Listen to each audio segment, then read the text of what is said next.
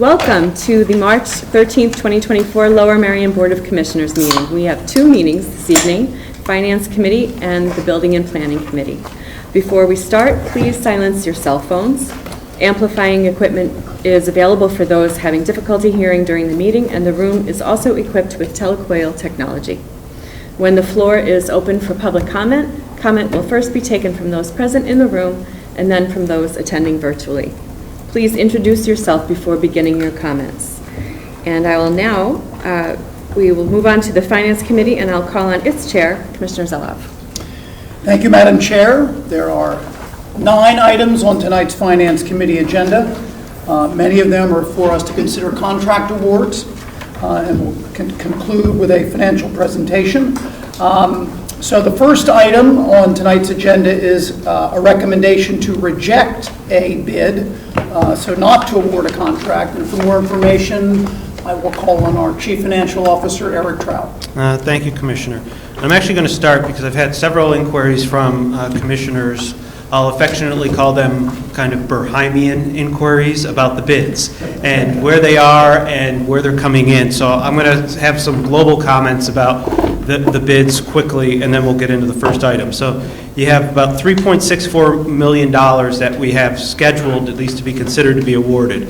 Overall, that's about $605,000 over budget, or about 16.6%. Really, that variance really boils down to the 2 stormwater bids we'll be discussing. I've had some questions about kind of the current bidding environment. So it is a very strange bidding environment right now. We don't see real discernible patterns in terms of these contracts are above, these contracts are below. We will see that we have one project tonight that is under budget. Last month we had exterior work at one of our pump stations, which was 40% under budget, which allowed us to do several ad alternates and still remain within the budget. You might recall in December we did the East Levering Mill road improvements, which was $500,000, or half the budget, and 5 of the 8 or 9 bids were actually under the budget. So it's really a very, there's no rhyme or reason that we see that we can say, like, this is why this is happening or this is why that. What we're trying to focus on is if we're having 3, 5, 7 plus bids, you know, we kind of have confidence that that is the market right now. You know, and had a couple other inquiries. So township staff and also the township engineer staff, when we do the budget estimates, those estimates are done really at 2 points of the year, kind of the April-May period before you have your CIP workshop in June, and then again in September, early October before the proposed CIP is delivered to you in very early November. Once the CIP is adopted, that is the budget. Occasionally there might be a large project or something where they might do an updated construction estimate, but those generally are the numbers we use moving forward. You know, before the pandemic, we generally were probably plus or minus 10%. Now we're seeing a lot more variance. A lot of that still is the inflationary environment. While it's declined, still 3+%. You know, if you look at recent readings, and costs like labor, materials, and certain equipment are still up. So I know there are several board members who kind of had reached out about different things, so I was going to just kind of preface that with an overall topic of the bid environment. If anyone wants to ask me a question based on anything I've said or the township engineer, we can do that, or I can go right into the first bid. Yeah, let's take a moment to see if anybody has any questions on that. And also, I'll ask our township engineer, Joe, if you'd like to add anything to Eric's thorough explanation. Yeah, I mean, he's spot on, really. They're even comparing some of the bids that we got late last year with identical scopes of work for the bids that were recently submitted. We're seeing, variances of plus or minus 50% of the cost to do the same exact work. So it is very unpredictable. It's volatile. It has to, and there's really no rhyme or reason for it. So I think Eric characterized it very well. Okay. Any committee members with any questions on this, the overall topic of bids versus versus what's in the capital budget? All right. Well, thank you very much, both of you, for that explanation. So why don't we start with the first item then, Eric? Yeah. So the first item, this is quite simple. This is a very small project. We thought it would be under the bidding threshold, which is below $23,200. The only bid we received was $57,000. We thought that was quite high. So in this case, we are rejecting that this one be rejected, we review and decide what the proper next steps are. Without having multiple bids, we think we need to take another look at this, look at the scope again, maybe talk to some contractors and see if there's a better way that we can go about this. So we recommend rejecting this one. Okay, any questions or comments from committee members? Commissioner Grimes. Yeah, thanks.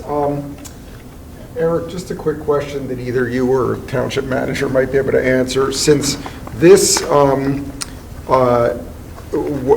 involves a bridge that had been hit multiple times by cars and has been in disrepair, just because we're rejecting this, my understanding is there are going to be repairs made to the bridge in the interim. That's correct, right? What we're actually looking at, Commissioner, is to perhaps change the scope here and use guide rail instead of trying to repair the low stone wall that is on the bridge now and keeps getting hit. And the guide rail will also be extended off of the bridge so that what's happening right now is people pull in, they cross the bridge, and they turn around. And while they're turning around, they hit the wall and knock it into the stream and do the damage. And so the thought is we'll extend the guide rail on. The guide rail is not as pretty as the stone wall, little stone wall that's on it now, but we can't seem to keep the stone wall in place. Right. And in the interim, the bridge is safe for everyday use. Sure. Yeah. It's not like we have a danger of a car going over the side or anything like that. No. Right. Okay. Thank you, because that's been a concern of some people. Thank you, Commissioner Zahn. Certainly. Others with questions or comments? Does the member of the public have a question or comment? Seeing none. Jody, other than very dedicated commissioners online, are there any members of the public online? No one has their hands raised. Okay. I will move that the Finance Committee recommend to the Board of Commissioners approval to reject all bids for Riverbend Culvert headwall masonry repairs received on Tuesday, February 8th, 2024, as recommended by the Chief Financial Officer with the approval of the Director of Public Works and the Township Engineer. Do I have a second? I do, from Commissioner Bernheim. Motion's been made and seconded. All those in favor, raise your hand. Any opposed? Any abstentions? Seeing none, that motion passes unanimously. The second item is a recommendation to award a contract. And this is at the Ada Mutch, excuse me, my bad. This is for ADA curb cuts, not to be confused with Ada Mutch. ADA curb cuts project part 2. Eric, can you tell us about this? Yeah, so this is an annual project we do. We had done another part, I think it was late last year, but there are additional curb cuts that need to be done. You see on the bid tab, 16 bids, lots of interest. The low bidder has won numerous township bids in the last couple of years. The low bid in this case is only $4,000, or about 4.1% more than the budget. So with 16 bids, we're pretty sure we're not going to do much better, so we recommend moving forward. Questions or comments from committee members on this item? Questions or comments from the public, either here or online? Seeing that there are none, I will move that the Finance Committee recommend to the Board of Commissioners approval to award a contract for ADA curb cuts project part 2 to LB Construction Enterprises, Inc., in accordance with the bids received on Thursday, February 15th, 2024, and the recommendation of the Chief Financial Officer with the approval of the Director of Building and Planning. Do I have a second? I do, from Commissioner Bernheim. Motion's been made and seconded. All in favor, raise your hand. Any opposed? Any abstentions? Madam Secretary, that item carries unanimously. All right, item 3. This is for us to consider awarding a contract for the Ada Mutch building, which is behind the Bryn Mawr Community Center and is currently used as the food pantry by Eldernet, and exterior repairs are proposed. Eric, can you tell us more? Certainly. So this one we actually only have 2 bids for. You'll see only one is really in the realm of reasonable. This is a new vendor, someone we've never dealt with. They're based out of New Jersey. The scope of the base bid is several high-priority items which were identified, including roof and gutter repairs, infill of a basement window to address water infiltration, some painting, and also some repointing. Overall, this was a little bit higher than budget. When you look at this, we're about $14,000 or 24% higher than budget. But given the bids we received and the bidding environment, we do recommend moving forward with the lump sum bid and the contingency items. Happy to answer any questions you might have. I'm going to speak very briefly about Ada Mutch, who was a nursing director and professor at both Columbia Presbyterian in New York and here at Lankenau. She was a 30-year volunteer at Eldernet and drove many times people younger than she. She was a Daughter of Pennsylvania award recipient, and she died in 2012 at almost the age of 107. A remarkable woman for whom this small building behind the Bryn Mawr Community Center is named, and appropriately so. So with that, do we have any questions or other comments from members of the committee? One quick question. Commissioner Bernhardt. Thank you very much. Eric, I'm sorry if all the contractors are finally catching up to me, but my question is, you said the Ocean Construction LLC, this is the first time we've ever dealt with them? That's my understanding, All right. yes. So can you explain what vetting we did just to, as a new contractor, going on our list, and whether maybe they've applied before and from some reason we didn't select them? So, yes, they very well might have bid on projects for us before, but they have not won a project. So in the scope that we go through in terms of, they have to provide basically kind of a statement of qualifications, provide similar projects and things of that nature. The Township Engineer's Office will review that information. They will call references. They will kind of do some due diligence and background, especially in a case where we haven't dealt with a contractor as of yet, to at least make sure that we feel like we're dealing with someone who's reputable and is going to do well by the township. Okay. Exactly what I anticipated you would say, and appreciate you doing so. Thank you very much, Commissioner Zoll. Commissioner Gilda Kramer. Yes, I have comments and perhaps questions, and we'll be making a motion to add in 3 of the add alternative items to this project. And I guess I should preface this by saying I decided to go take a look at the Ada Mutch building this morning because I was concerned about the fact that there appeared to be things like Bilco doors that needed to be replaced that were not being included. This was of particular interest because we just had to replace our Bilco doors on our house at a cost of $8,200. And the concrete had to be poured, and we had to put in new secure Bilco doors. And the main reasons, as I understand that you have problems, are that Bilco doors have to be replaced is because you have water infiltration, which can cause mold, and this is in the pantry building, or they're insecure, and so animals can get into it.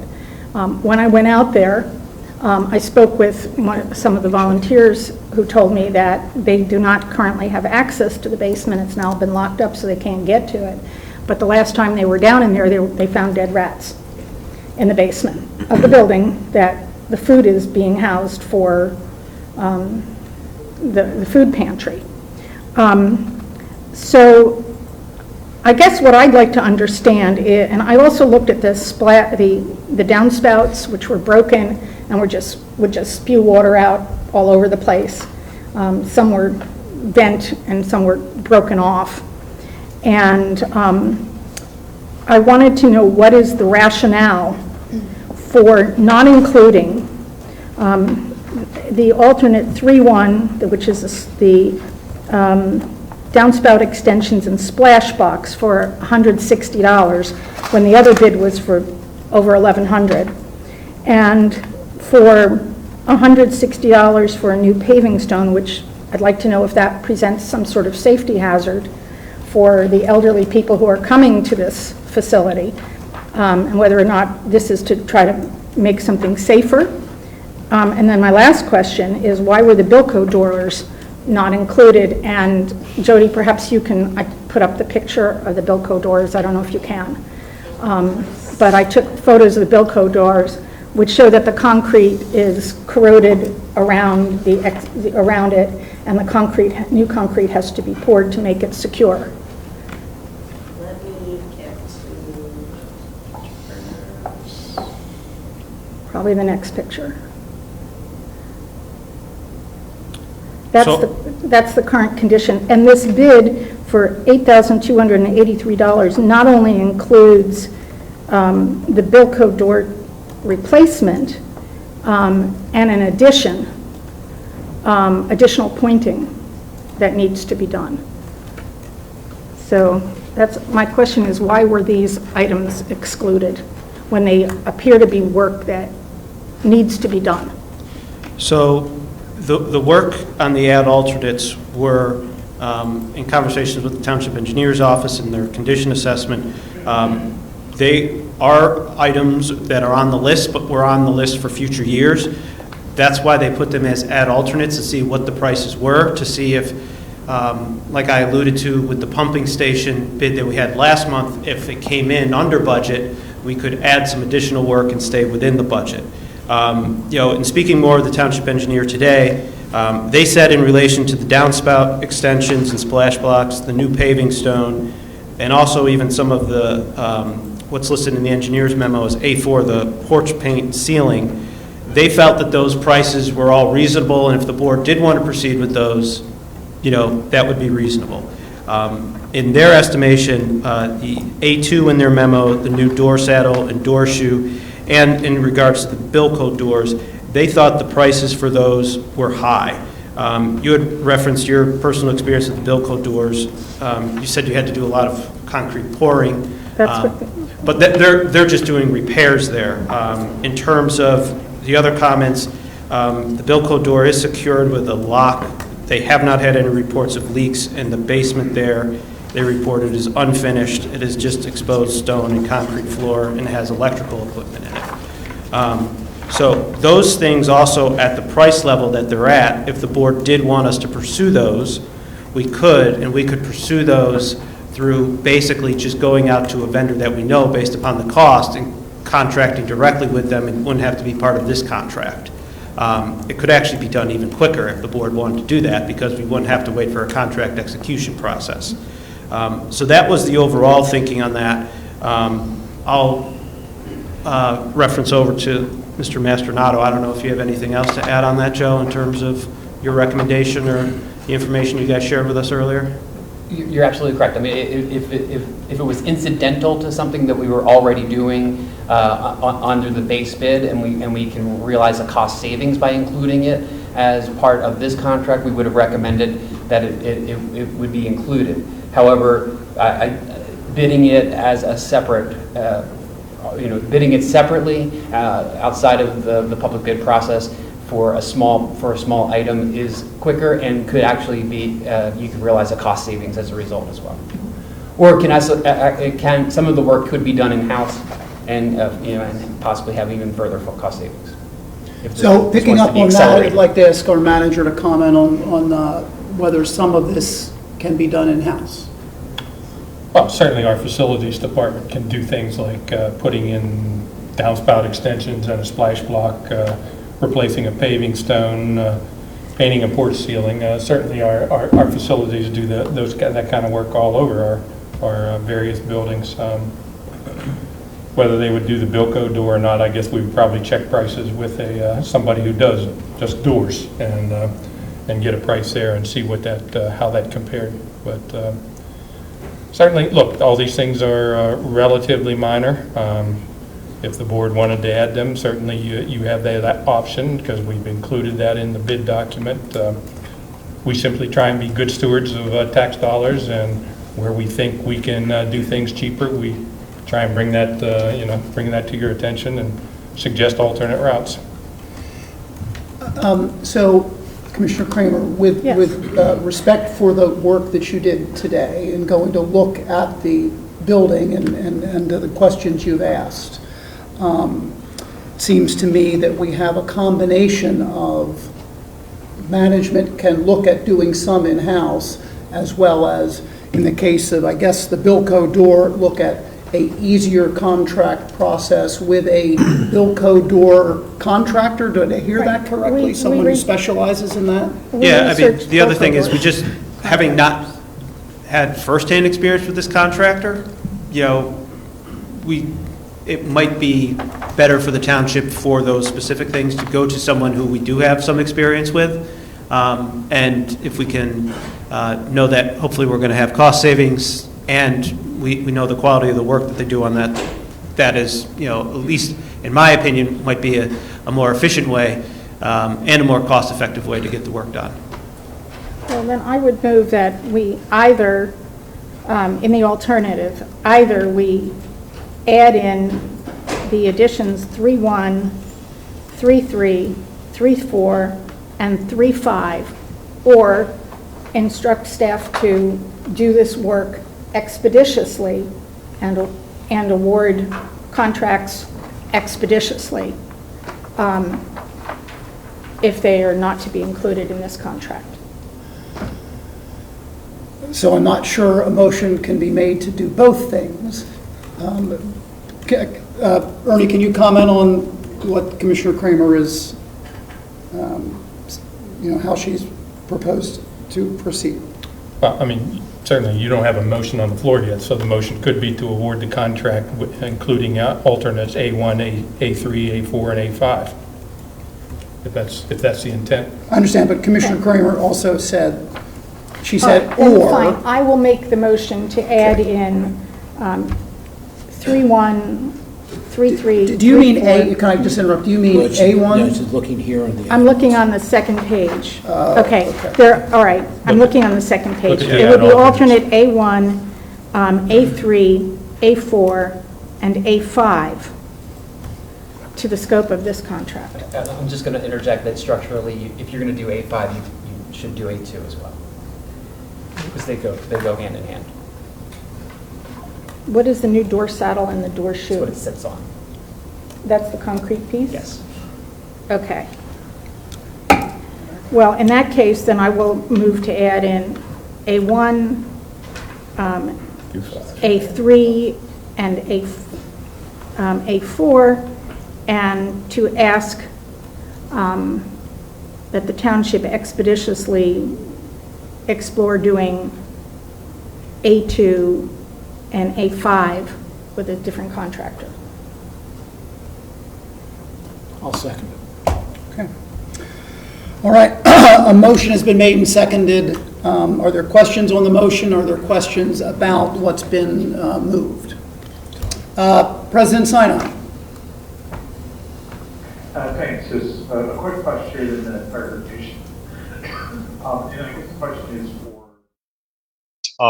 which is, Eric had mentioned that these things were like originally, the ad alternates had originally been slated to be done later. And I guess the question is, what was the reason for the timing? Because I have to say that the picture of the bill corridor looked pretty bad. And, is there any particular reason it wasn't on the agenda for this year? Or it's just sort of like we had this sort of scheduled out and, it just sort of was on the schedule? I'd have to defer to either Joe or Al Augustine, our facilities director, as to where these things fit in their schedules.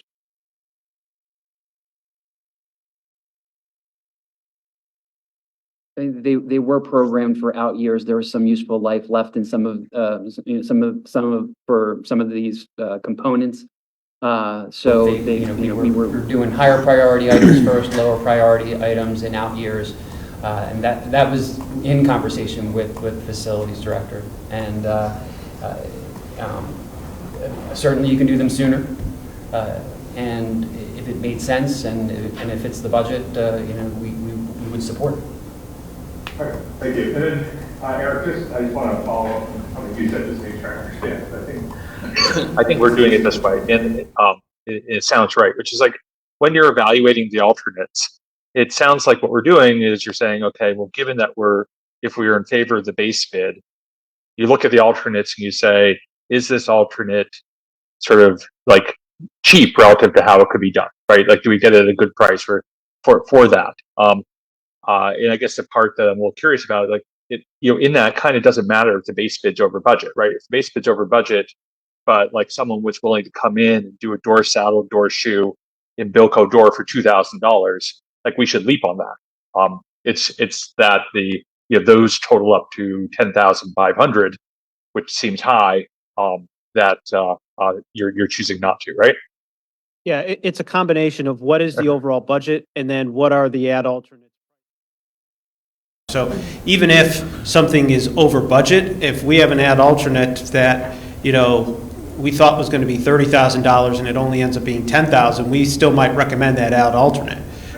So it really is a combination of factors. The ad alternates give us the flexibility that we can pick and choose which ones, and we can add or basically say none of them. But it's a multi-factors. It's not just that all of a sudden, if the base bid is over, we say no ad alternates. We'll look at it in terms of what that ad alternate is, and if we think we're getting a good price, and if that makes sense for the township. Okay, good. Glad to hear that. Thank you. Thank you, Commissioner Zoff. In addition, if the prices do exceed our expectations, it does set a gauge to where we should be budgeting in the future for similar work, for the same work. Other commissioners with questions or comments on the motion that's on the floor?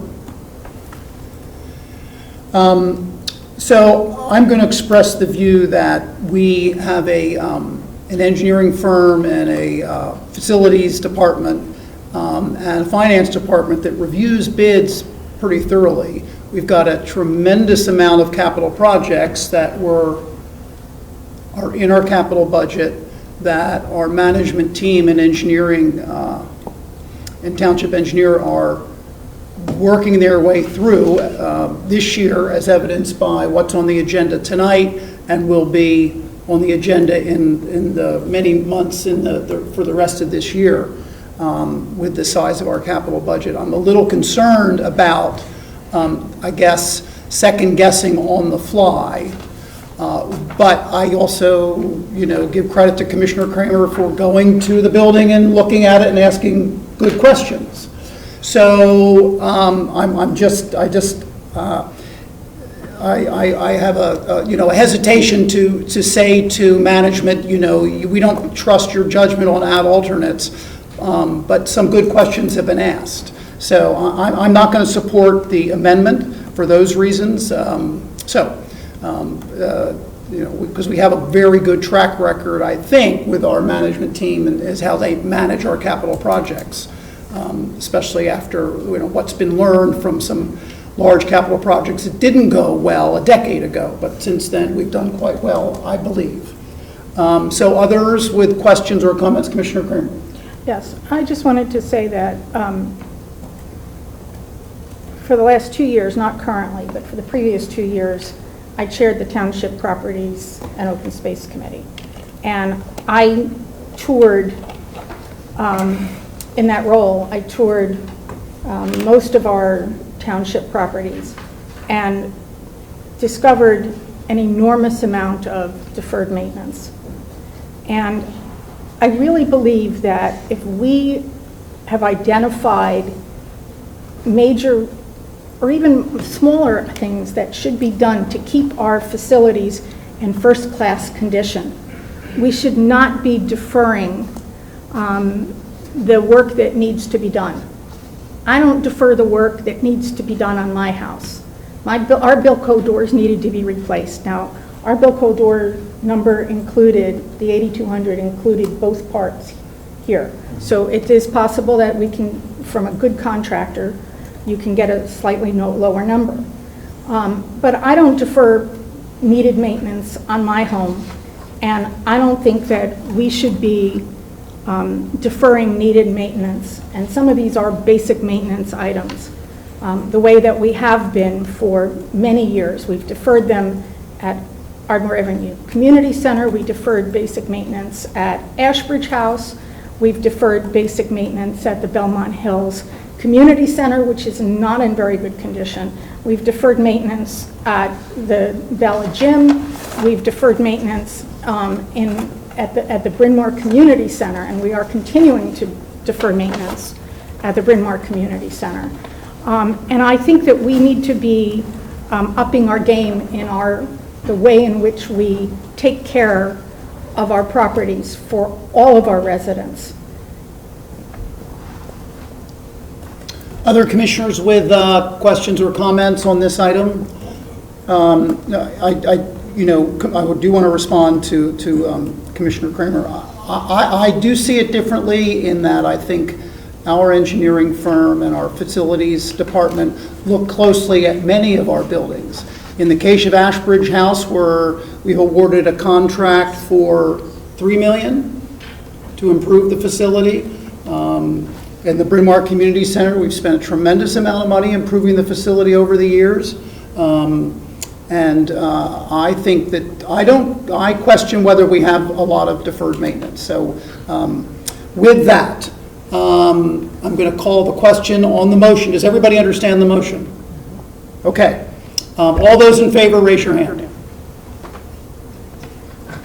All those opposed?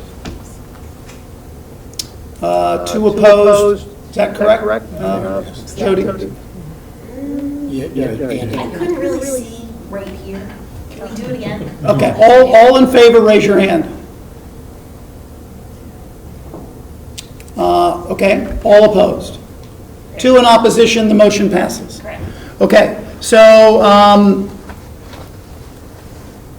then it's time to make the motion. Before we do that, are there any comments or from members of the public here or online? Seeing none, I'll move that the Finance Committee recommended the Board of Commissioners approval to award a contract for the Ada Mutch Building exterior repairs to the following: to Ocean Construction LLC in accordance with bids received on Tuesday, February 22nd, with the recommendation of the Chief Financial Officer, with the approval of the Director of Public Works and Township Engineer, in the amount of, I need the number. Take the three numbers and add it to the 74,230.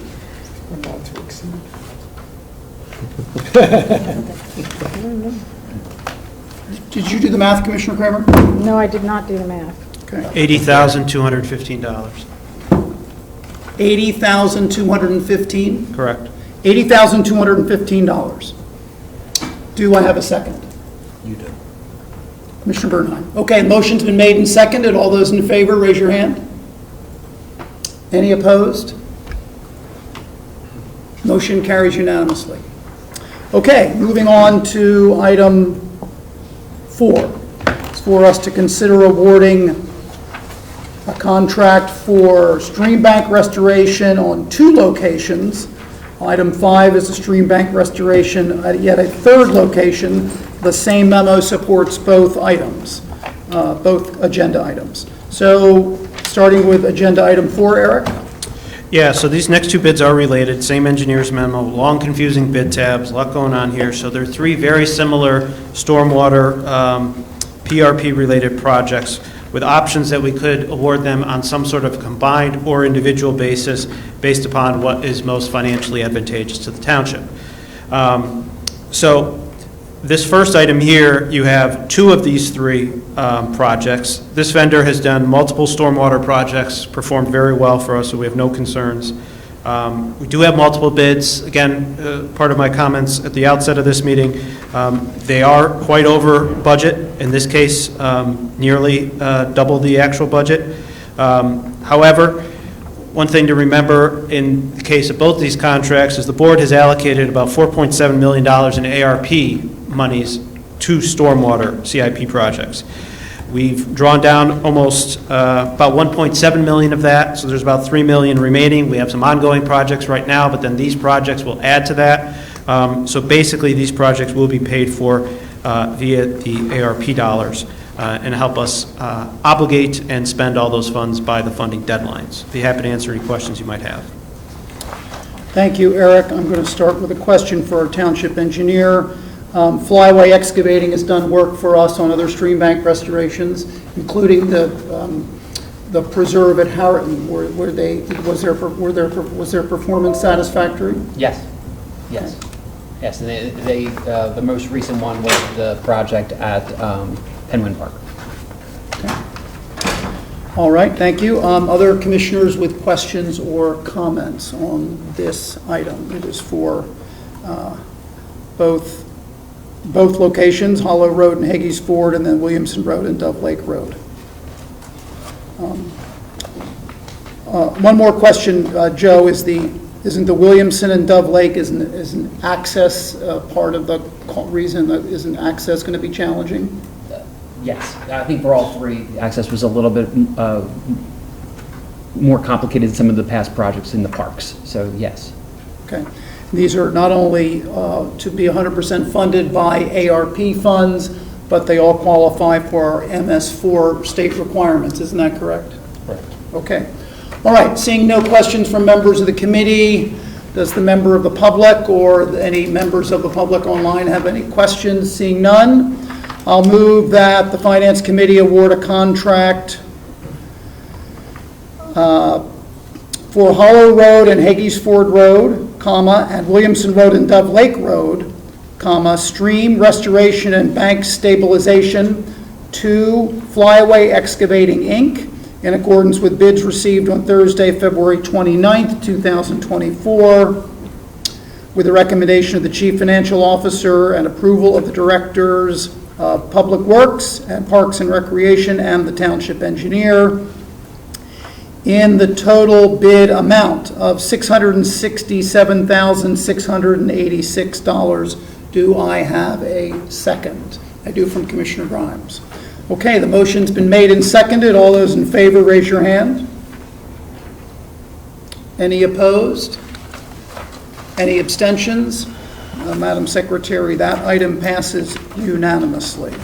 Item 5 on the contract award, on the finance agenda, is another contract award, this one for stream bank restoration and bank stabilization at Ashbridge Park.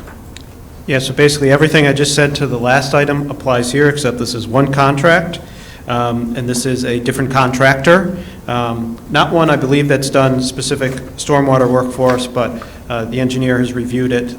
They've recommended it, so we believe we should move forward.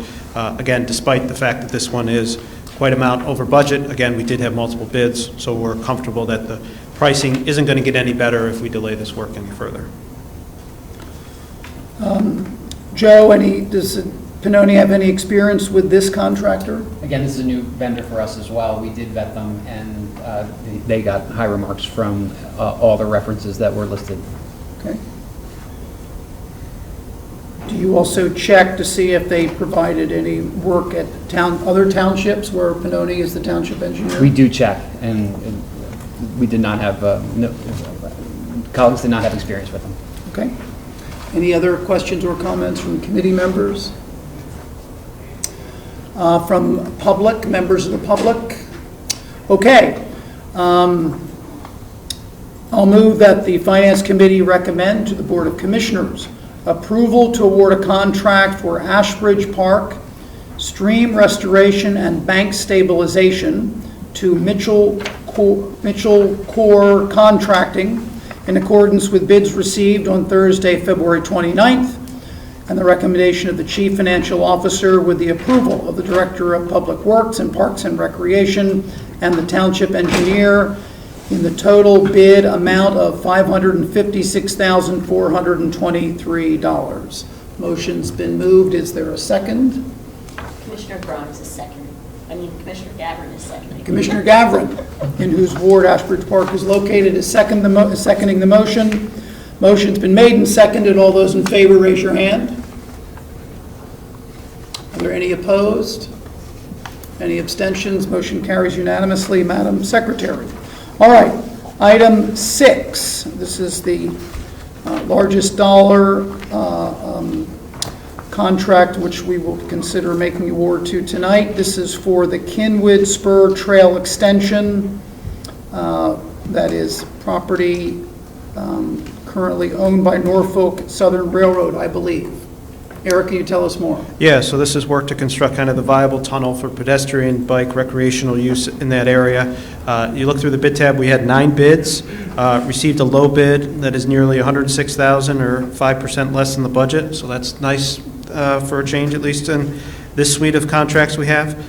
Note again, as you have in your agenda items, the use of, we have $1 million in ARP funds and $200,000 in recreation funds. It's important, obviously, with these ARP funds to get these contracts executed and get them moving, so we meet all the definitions of obligated under the Treasury regulations. Recommend moving forward with this one. Okay, thank you, Eric. I'd like an explanation of the scope of the project, whether it's from our township engineer or Chris Lesswing, who's with us. He's pointing to Joe. Got it. I don't mind. Okay, and let me just say before you do that, before you speak, there was a walk a month or so ago of the Cynwyd Trail, and I believe this section of the spur, Commissioners Kramer, myself, and who else? Jeremiah, Commissioner Woodring was also on the walk, and Commissioner Rossman, who I believe is still a commissioner.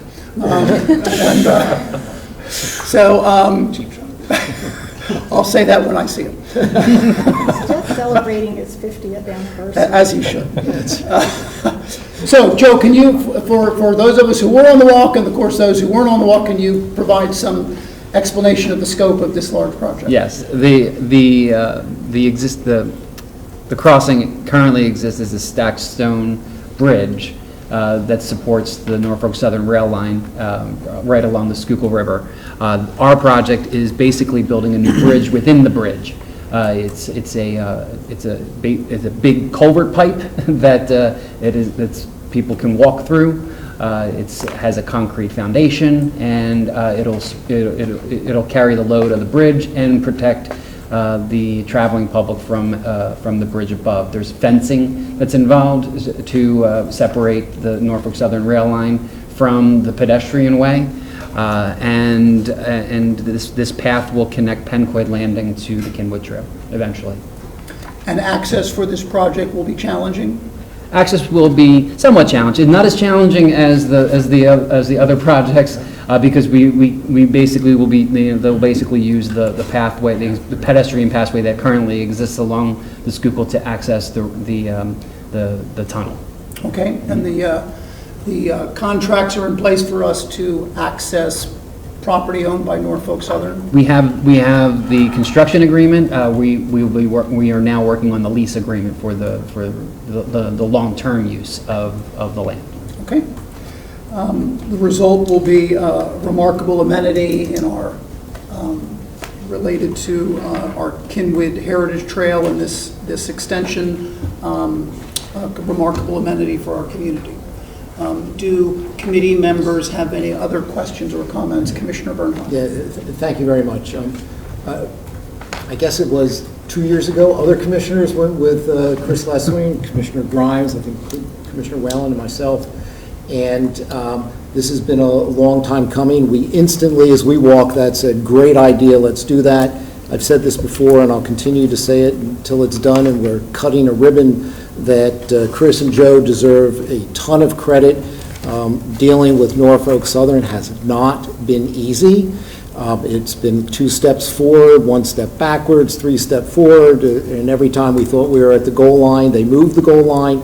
So the fact that we're doing this is fantastic. As Commissioner Zeloff just mentioned, this will be a phenomenal amenity. And the only thing, I won't make it an amendment now, but we need to change the name from Cynwyd Spur to something else at another time. So with that, I gladly support this. Okay. Questions from the member of the public or members online? Jody? Okay, I will move that the Finance Committee recommend to the Board of Commissioners approval to award a contract for the currently named Cynwyd Spur Trail Extension on the Norfolk Southern Railroad to Driscoll Construction Company, Inc., in accordance with bids received on Thursday, February 22nd, and the recommendation of the Chief Financial Officer with the approval of the Director of Parks and Recreation and the Township Engineer in the total bid amount of $2,044,253.80. Do I have a second? I do, from Commissioner Woodring. The motion has been made and seconded. All those in favor, raise your hand. Any opposed? Any abstentions? Madam Secretary, that contract award carries unanimously. And thank you for noting, Eric, that it's $1 million of ARP funds and recreation funds as well. Okay. Item number 7 on our agenda is for improvements to the Ardmore Public Library. Eric, can you tell us more? Sure. On this one, it's for the ADA accessible ramp at the library location. You look at the bids we received 5 bids, so a decent amount of bids, but each of the bids we received are from vendors who have done township work and done township work successfully. So they're all really known vendors. Again, this one is over budget, about $68,000 or 55% higher than the budget. But given that we have 5 bids and 5 bids from vendors who we know and know this work, we think it's the best thing to move forward. We don't believe that rejecting and rebidding would lead to any sort of cost savings or anything else. Happy to answer any questions you might have. This is the last bid award on our agenda for this evening. It does include funding from our community development block grant allocation as well as capital funds. So my question for either Ernie or Joe is, why wasn't this included in the not that long ago significant renovations and improvements to the Ardmore Library? I'm not sure I know the answer to that. We did a $1 million plus renovation to the Ardmore Library. Why wasn't this included in that? I would have to get back to you on that. I'm not sure. I can't tell you either. Okay, you're confident it was not included? No, it was not included, no. Right. Okay. So I don't think that should prevent us from moving forward, but I'd be interested in an answer to that question, Joe or Ernie. Okay. Commissioner Kramer. Yes, I have questions about the ad alternates, and I did run out of time today and did not have a chance to take a look at this. But my question is, are any of these the ad alternates being recommended as work to do have safety implications for our residents? And particularly, I was asking about alternate A1 to demolish a metal stair and railing and replace it with concrete, because metal stairs can be pretty dangerous in the wintertime if there's ice. And also there's path repairs that appear to be necessary. So I'd like to know whether any of these add-ons that are not being selected have safety implications. I'll have to defer to the township engineer in relation to A1, at least as it appears on the engineer's memo. A7, the path repairs for 21,840, that is included in the recommendation. So that one is in A7 I think in there, yes, they said that one is included in what's before the board tonight. But Joe, I don't know if you have any comments specifically on the A1 metal stairs. Oh, A1 was somewhat high, and it is for a rarely used emergency exit from the building. Okay. Okay. Thank you. Other questions, other commissioners with comments or questions? Seeing none, any members of the public with comments or questions? Seeing none, I'll move that the Finance Committee recommend to the Board of Commissioners approval to award a contract for Ardmore Public Library ADA ramp replacements to Joseph J.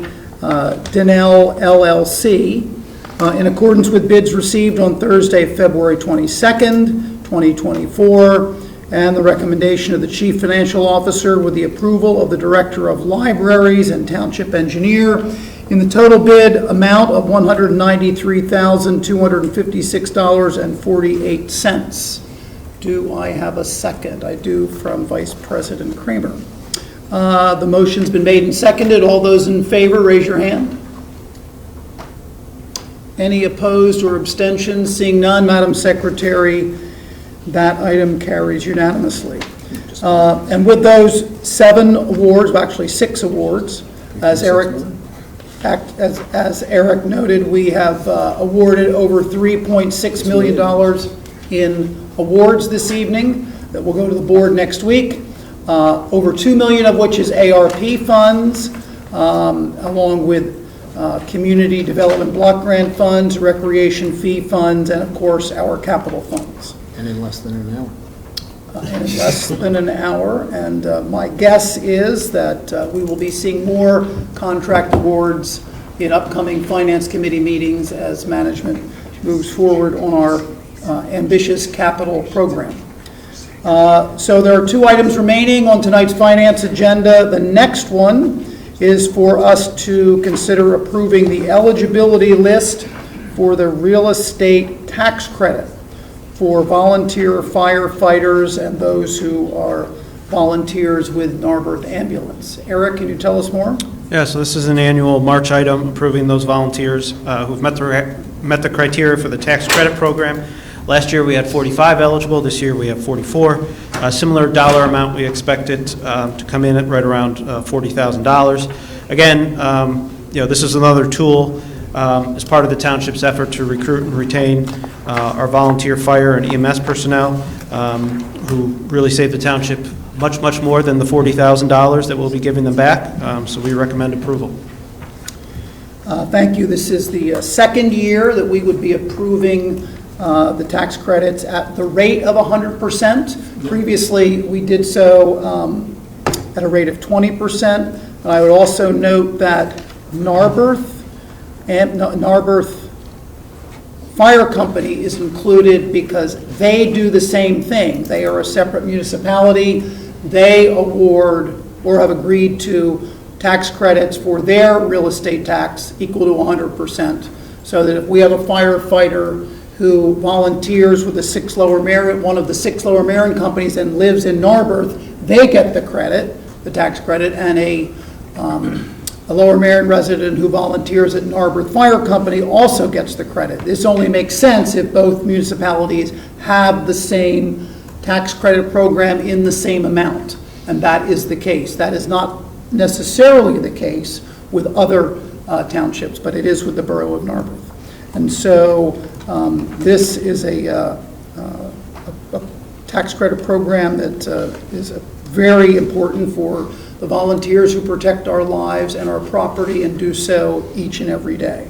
And I'll ask Chair of our Fire Committee, Commissioner Bernheim, if you would like to add to this, to add his comments to this item. Yeah, thank you very much. If I'm not mistaken, this will be our 3rd year that we're doing this. But that being said, just so people will understand, we used to do it at 20% because that was the cap. Right. And then Harrisburg allowed us to go to 100%. And I think we were the very first municipality to do it. Within minutes, we passed that. The county has recently adopted an ordinance such that they will also be providing tax credits predicated upon a scale. As firefighters hit certain metrics, they can achieve up to 100%.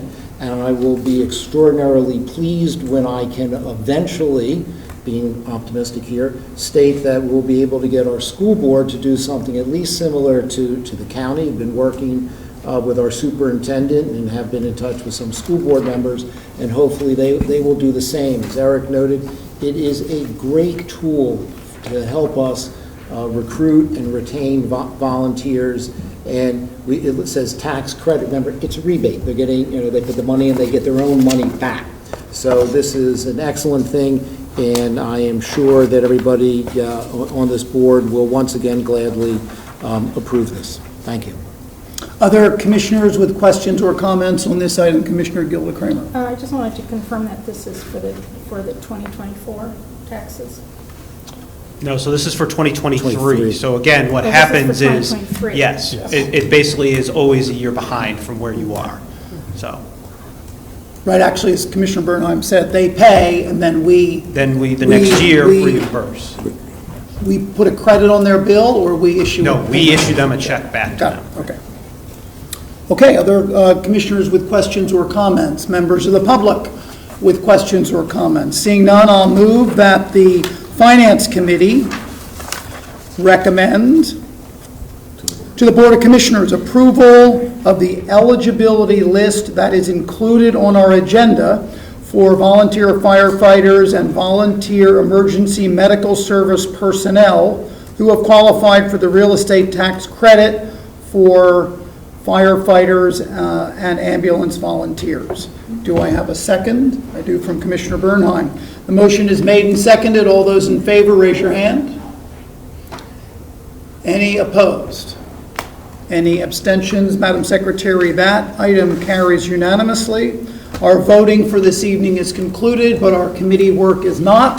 The final item on our agenda is for a Chief Financial Officer to provide a financial presentation both on our unaudited 2023 finances and a snapshot now that we are 2 months into 2024. Eric, I believe this is a normal part of the finance reporting cycle as we present performance, and then later in the year we begin the budget process for the next year. Yes, so this is a quarterly presentation. We do it sometimes as early as February, sometimes as late as May. We recognize that we're a little bit over time, so we're going to try to, like if you're listening to a podcast on 1.5 speed, we're going to try to breeze through this very quickly. Mr. Weldy and I are going to tag team. So basically, you're going to hear a really positive report with one exception. We will stress these are pre-audited numbers, so they're subject to a little bit of variation. And away we go. So first we're going to look at 2023 financial performance, and as you can see, it was very positive when it comes to the general fund. We really hit a home run on the revenue side and hit a very solid double, or maybe even you call it a triple, on the expenditure side.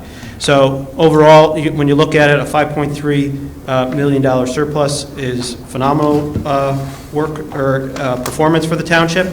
Overall, we're entering 2024 in the strongest fund balance position at least over a decade, and that obviously provides lots of financial flexibility for the board. Mr. Weldy.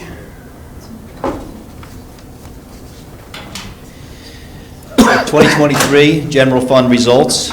Our revenues continue their strong performance into the fourth quarter. Real estate transfer tax up about $700,000.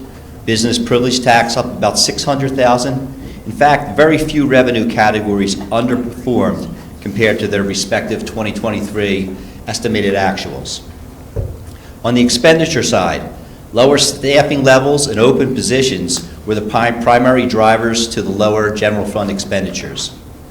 And as Eric mentioned, the positive financial results in 2023 resulted in significant growth in the general fund balance, as we are almost at $30 million at the end of 2023.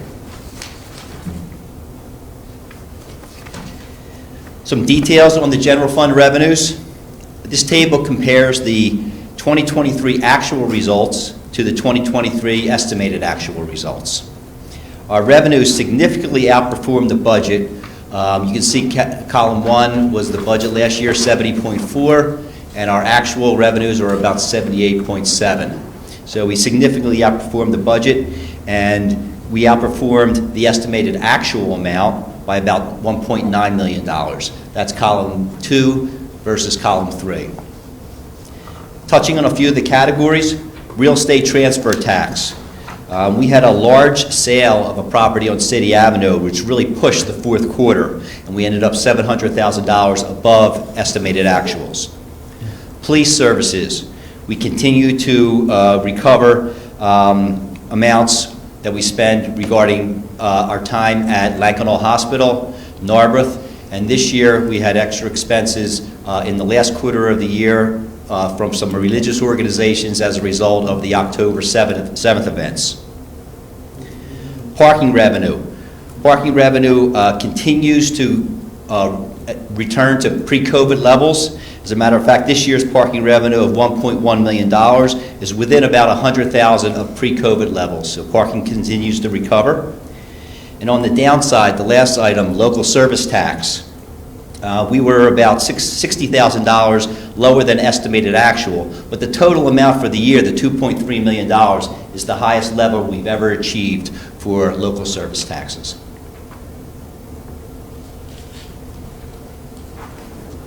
Continuing with some general fund revenues, this table compares the 2023 actual results versus 2022, this year versus last year. If you look at the first two categories, they make up a majority of it. Business privilege and mercantile tax, almost $6 million above what we had in 2022. We've had very strong growth with some of our larger taxpayers. Investment income, about $1.6 million higher than we were last year. And that's primarily due to some higher cash balances this year, as well as interest rates are up. We're able to get some returns because the interest rates are up. On the downside, real estate transfer tax, which we talked about on the last slide, was about $700,000 more than EA, but it was about $900,000 less than the year before. And again, we looked to interest rates and mortgage rates. There was less sales of properties, and maybe it was driven by interest in mortgage rates being up. All right, so now I'm just going to talk on the expenditure side, so kind of same comparisons. When you look at the expenditures, almost $1.2 million less than the EA. The employee benefits were up versus our estimate, but still below the budget, so that's positive. The other couple things I would just mention, we did have savings in some contracted services, a little bit lower than we anticipated for some of our park and recreation vendors, and actually the end of year tree planting and removal contracts that we had came in lower than anticipated, so that was positive. And then professional and technical services, if you remember late 23, we had a whole bunch of professional services contracts that we brought to you guys. We had, when we were doing the budget originally, thought some of that work we would get started on in late 23. It really didn't. It's really moving to 24. So that in combination with a little bit lower legal and engineering saved us some money there. And then just on salaries, more open positions for longer than anticipated. Really, police and highway led the way in that regard. When you compare last year's actual to this year's kind of pre-audit actual, you will see that salaries increased. There was a 4.5% pay increase in 2023, plus steps, plus some new positions, so that's why that is there. In terms of the equipment rental, that's really the cost of new equipment that goes into those equipment rental rates. This does not include the 65% that the board went to. That begins in 2024. Debt service went up because we issued $15 million in debt in 2022, and you start paying that debt service in 2023. That's really going to actually drop in 2024. Police finally got some new uniforms. That's why that is so high. Materials and operating supplies is so low because we really didn't buy salt last year. And then the other refund, we had a very large tax settlement, if you recall, in 2022. Didn't recur. Finally, touching on our other main operating funds, the good news is the sewer fund had a surplus in 2023. We actually had some lower staffing, unfortunately, in sewer. We've basically, I think, just about got that back up to full staffing, but that does save you some money.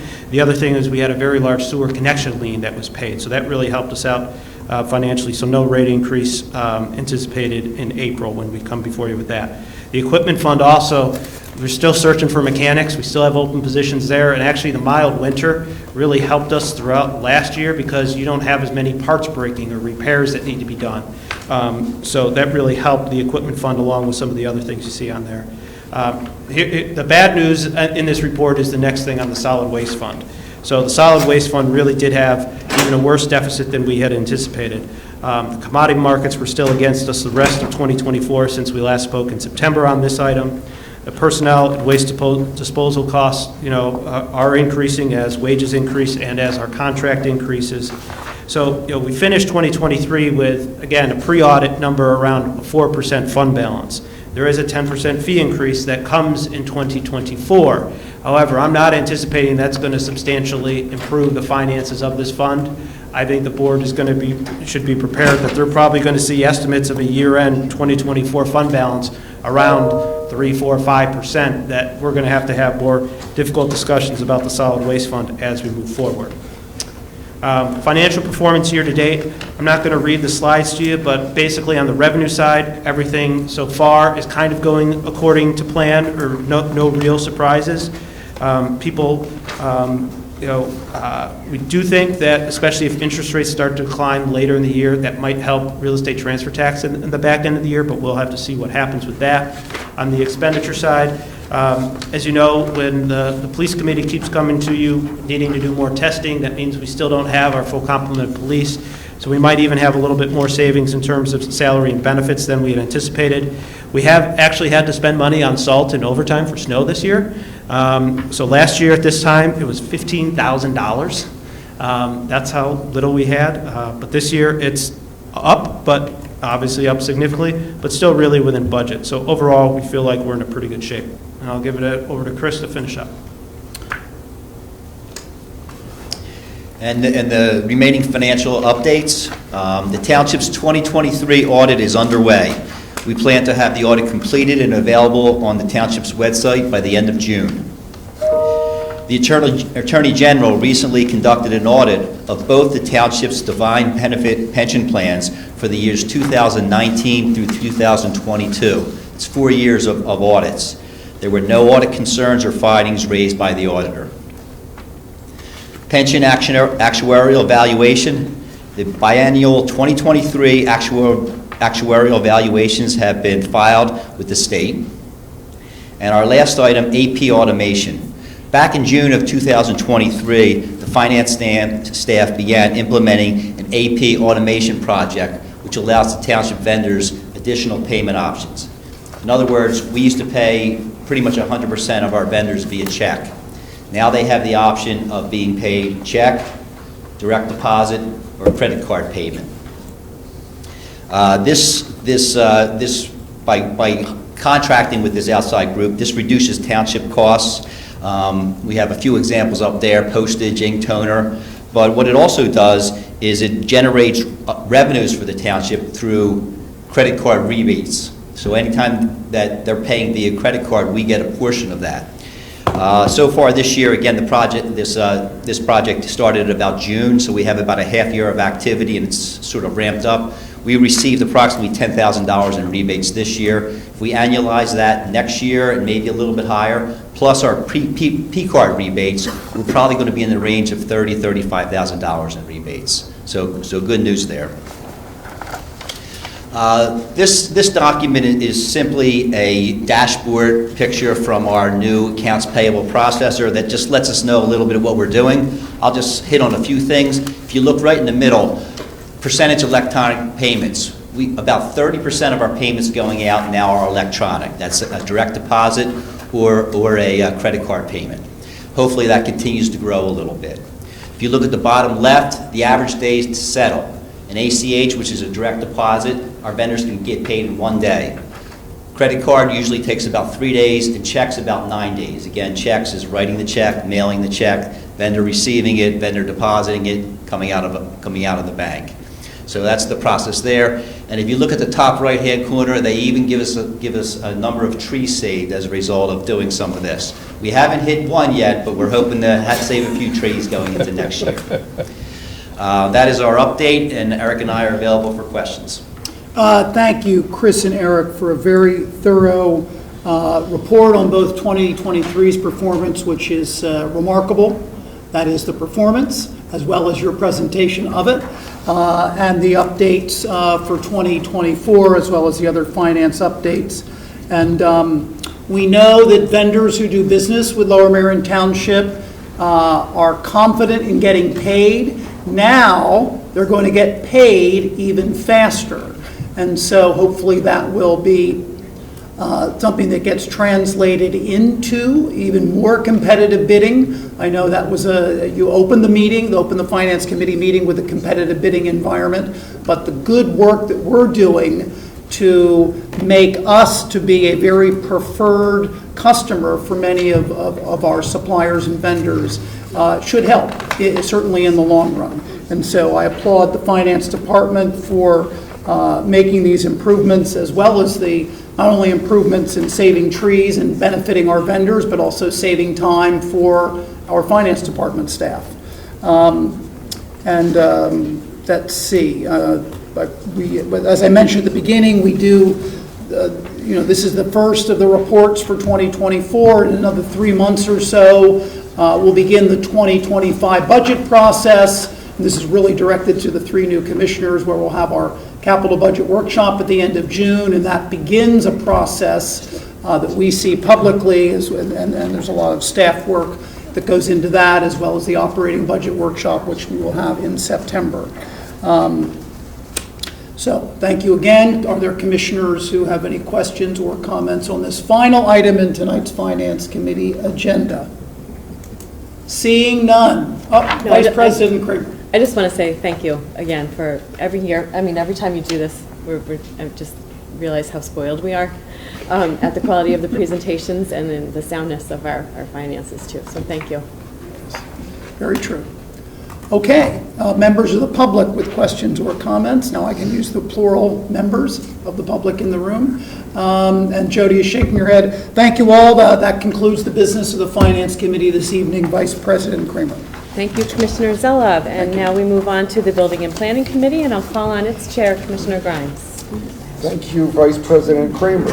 The first item on our agenda tonight is the escrow release. We only have one escrow release, so I will move to recommend to the Board of Commissioners approval to release funds held in escrow as improvement guarantees in accordance with Section 135-7 of the Township Code for the following: 111 West Montgomery Avenue, escrow release number 5 for $12,835. Is there a second? Thank you, Vice President Kramer. Any commissioner comments? Seeing none. Any public comment on this matter? Seeing none, we'll call the vote. All those in favor, raise your hand signifying aye. Any opposed? Any abstentions? Passes unanimously. So Mr. Fensenbacher just left the room. The next time, do you know, Chris, are his people here? They're running just a couple minutes late. So fine, we are going to postpone item number 2 for a few minutes. Commissioner Zelov, No, I'm good. Okay. No concerns. So we're going to go to item number 3.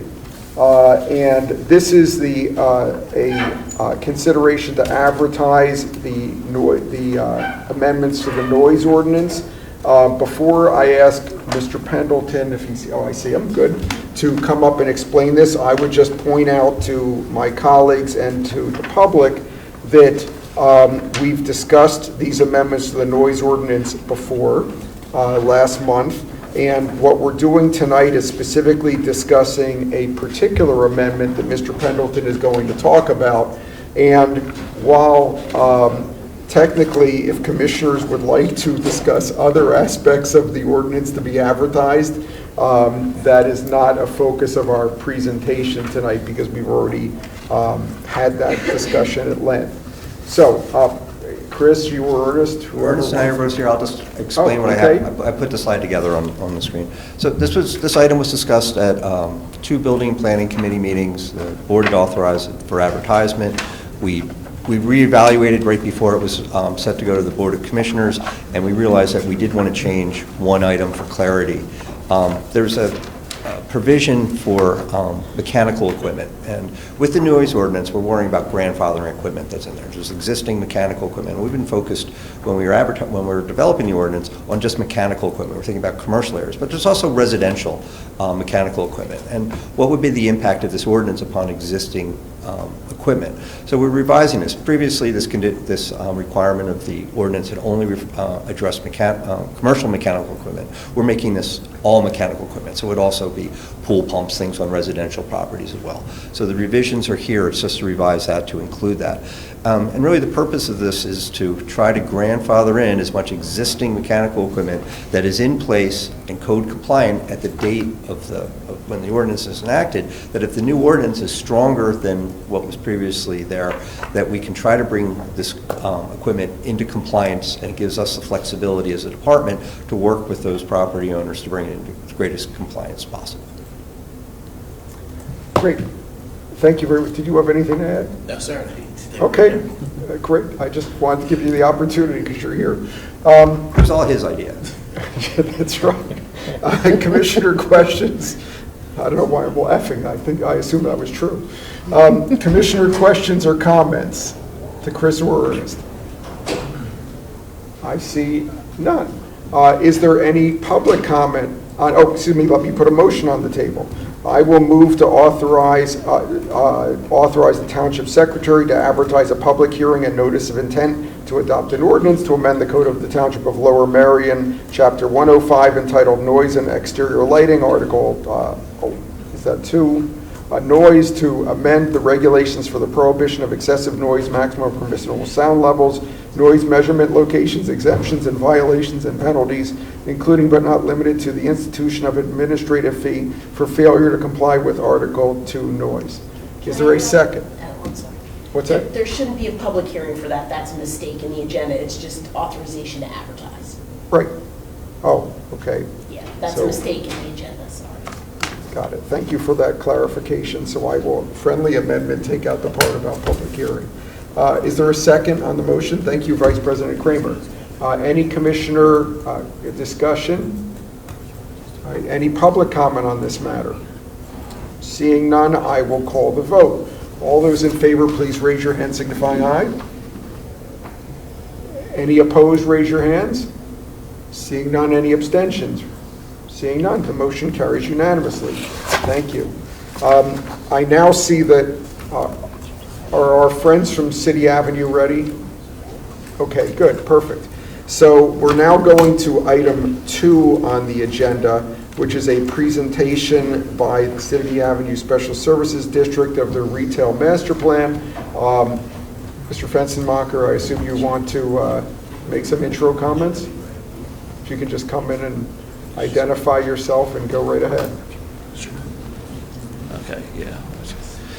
Good evening. Brian Fenstermaker, President and CEO of City Avenue District, our City Avenue Special Service District of Philadelphia and Lower Merion. So for those that don't know, we are a municipal authority given rights by the Authority Act of 1945 of the Commonwealth, and we are a tax assessing entity with 9 members of the board from Lower Merion, as well as 9 members from the board that represent the Philadelphia side. Just to give you an idea, we're about 2.7 miles long of the district, and within that district, we also,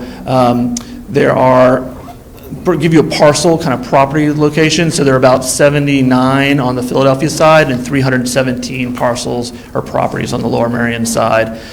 So one of those things is that we do balance working with you all as a township, but also we like to do things twice in 2 different ways, as we like to say it. So the city requires us to do certain things as well as you all, so it makes our job a little bit more interesting. The other piece that we are is we're conveners, and I think that's the big primary role that we play, is really working with the number of folks that interact with the City Avenue District, as well as PennDOT, which is a big player as well. So that's kind of the gist of it.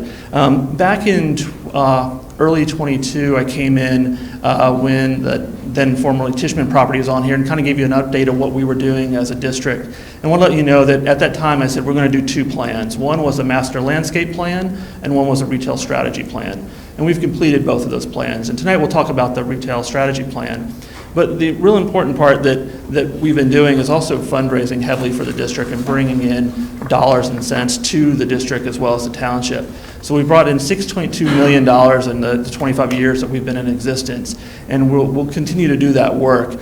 And part of these 2 plans is to kind of make it a seamless district, so you can't tell the difference between the left side of the road or the right side of the road, depending on which direction you're going, of course, but also to make sure that it becomes a district with a sense of place, and that we really help the township as well as the city of Philadelphia make money and tax, make it a budget and make the numbers work for the township. I think, the location is key and central to where within the region as a whole, as well as within the township. So it makes it an opportunity for folks to kind of visit and attract and develop. So at that point, I want to kind of bring in, real quick on the implementation of the landscape plan. We're moving forward with that, and commissioners and planning staff do sit on those and working through with our working group to kind of get that stuff done. So we're doing some projects, probably about $700,000 of implementation in this year alone. So we'll look forward to kind of fundraising a little bit more for that. But total project's about $9 million. so about 3 million a mile, as we like to say. But at this point, I want to try to bring in Doug Green, who's a principal with MSC, who was a consultant and part of the firm that we brought in to kind of handle the plan itself.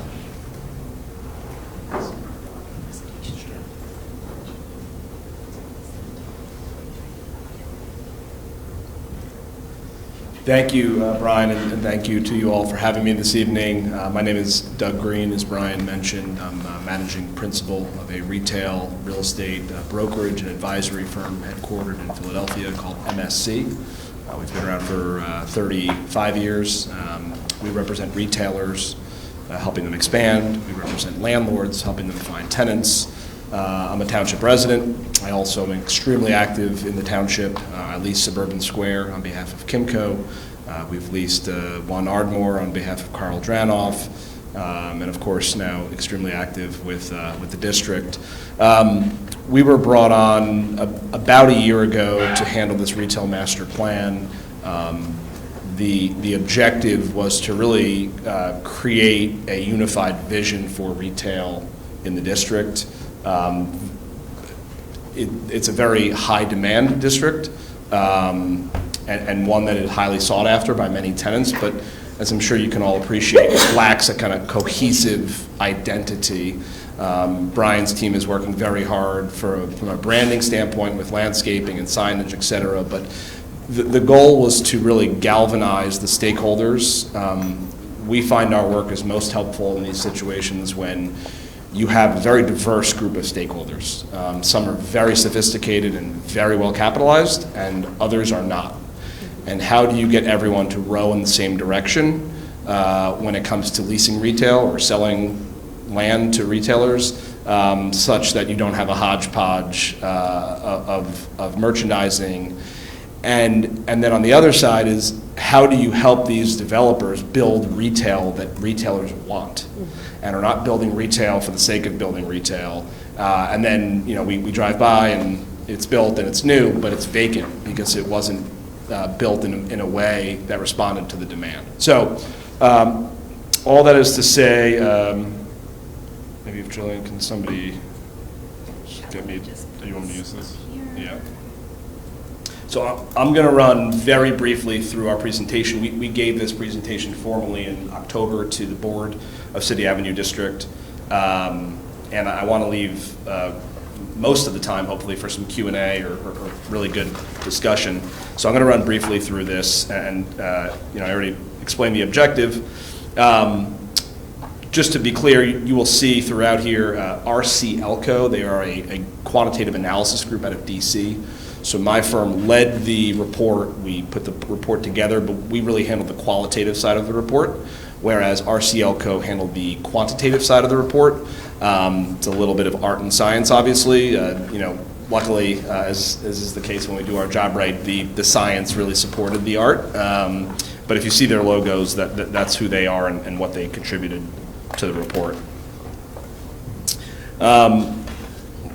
Again, this is a very dense report, but I really want to start by talking about some nodes. So it's a big district. Sorry for those who I'm making nauseous going through this quickly.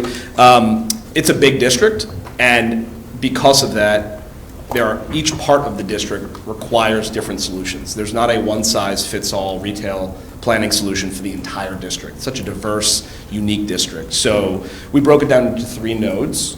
Those nodes were a highway commercial node, which is, I would say, the primary node of the market, spanning mostly from the Schuylkill Expressway to essentially where St. Joe's starts.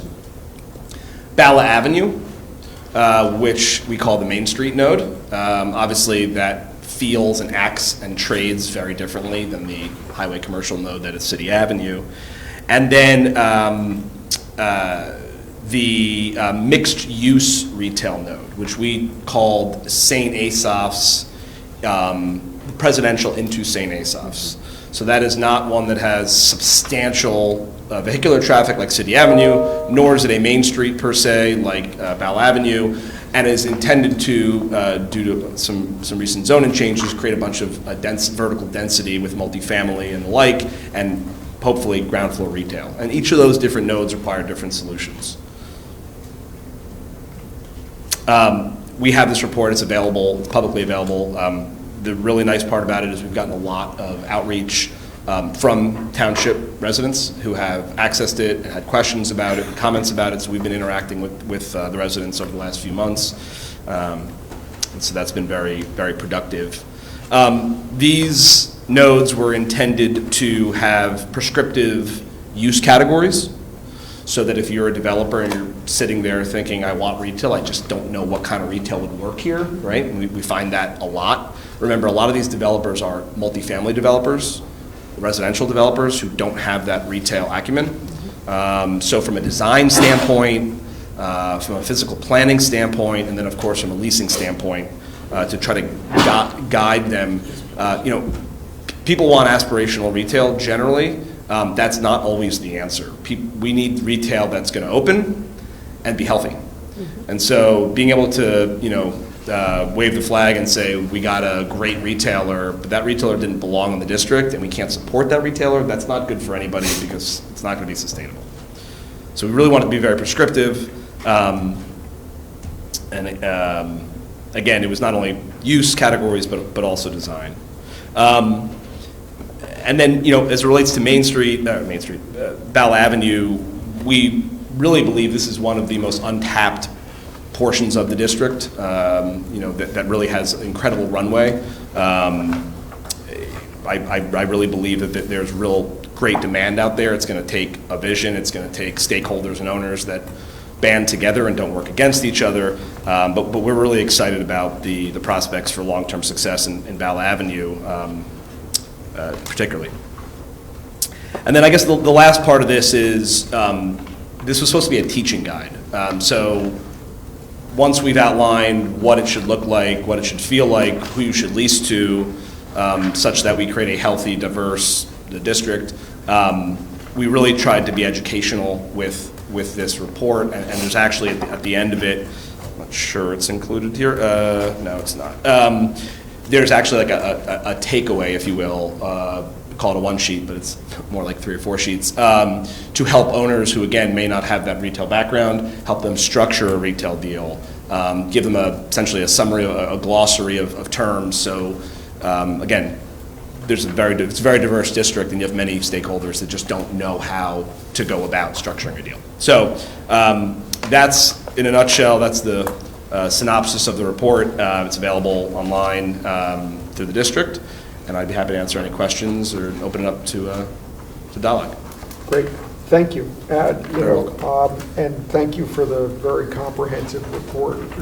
Concise tonight, but spelled out in what we were given in the written materials. Personally, I found it very helpful. Thank you.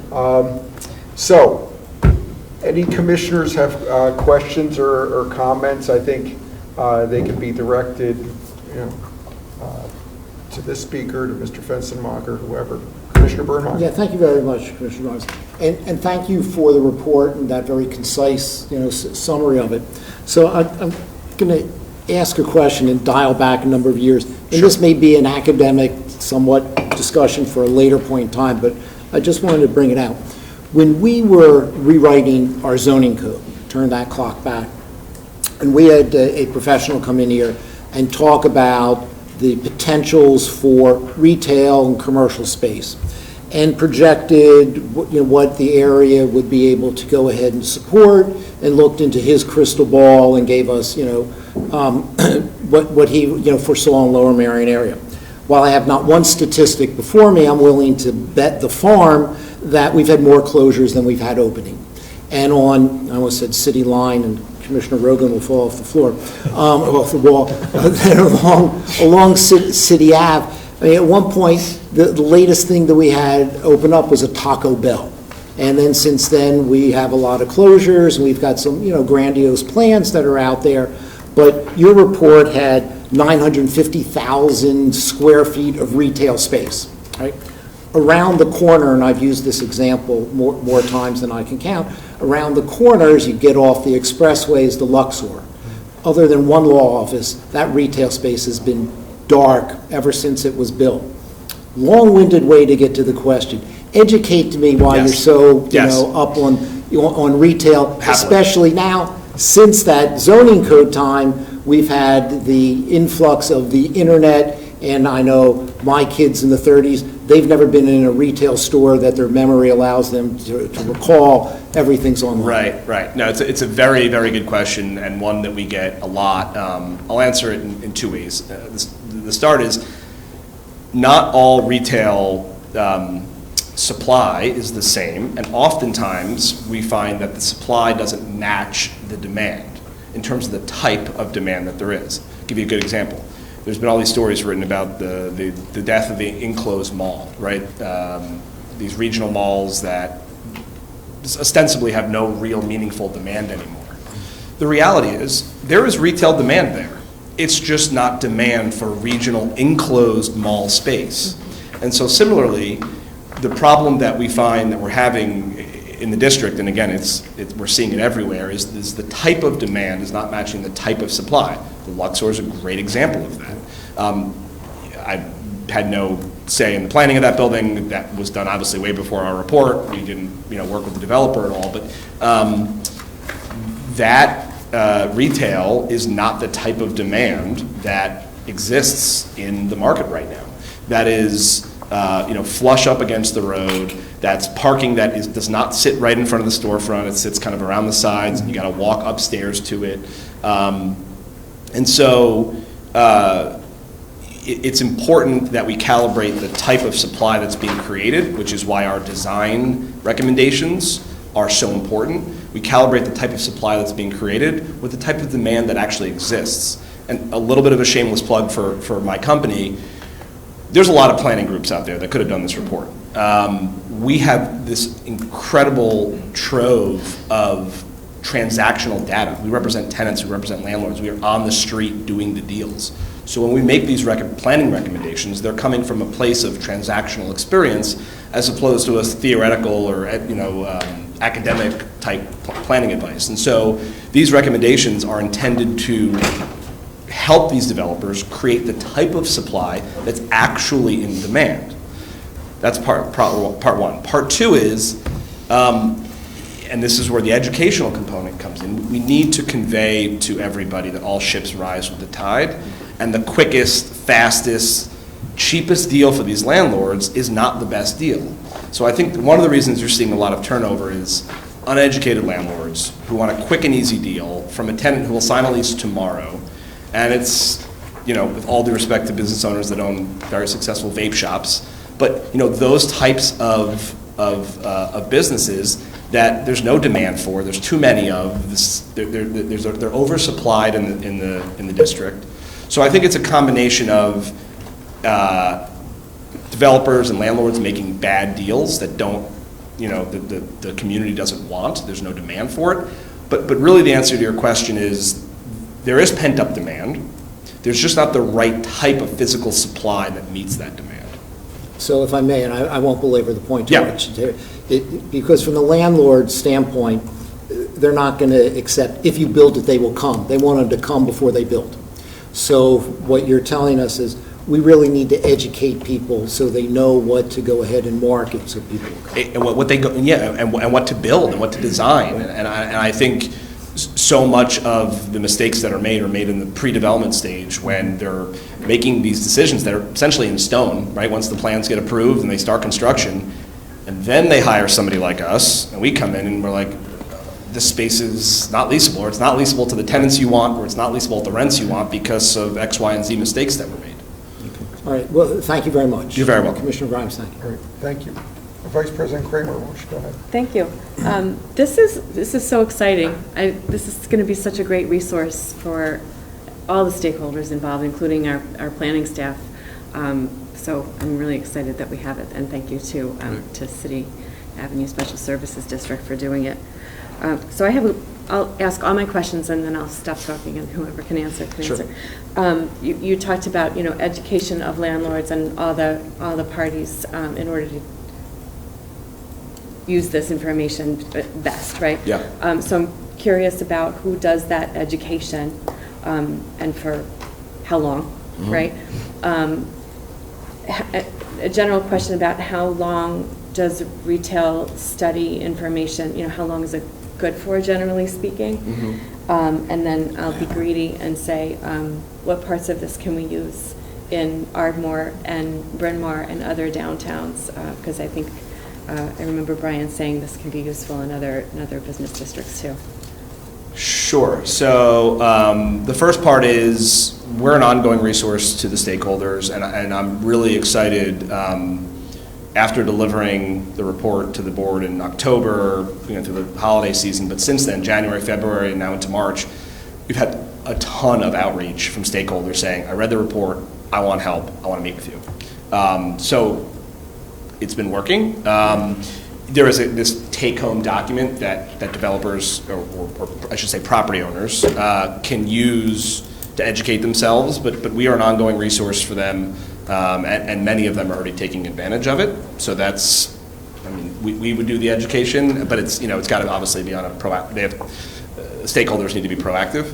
And in some cases, for some properties that we wish the owner was proactive, but they haven't been, Brian's been great in kind of facilitating introductions.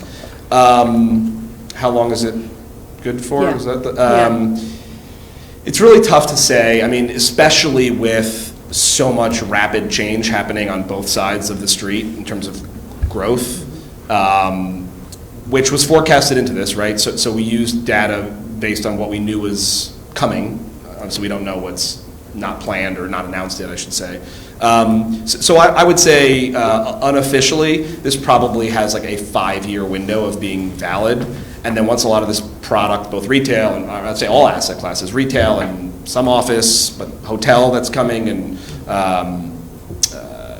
multifamily to some extent, once that comes and gets built and gets occupied, certainly the dynamics are going to shift because we can't forecast future consumer demand when the consumers aren't even in the district yet. Yeah. Sorry, Makes sense. Oh, no, my last question was about, I guess it would be the Bala.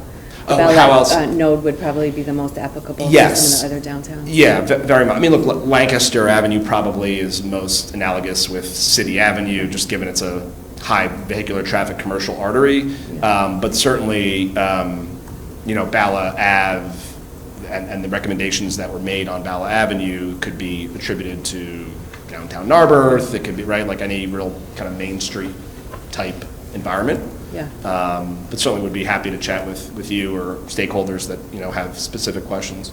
Great. Thank you. Very welcome. Yeah. Okay. Commissioner Zella. Thanks, Commissioner Grimes.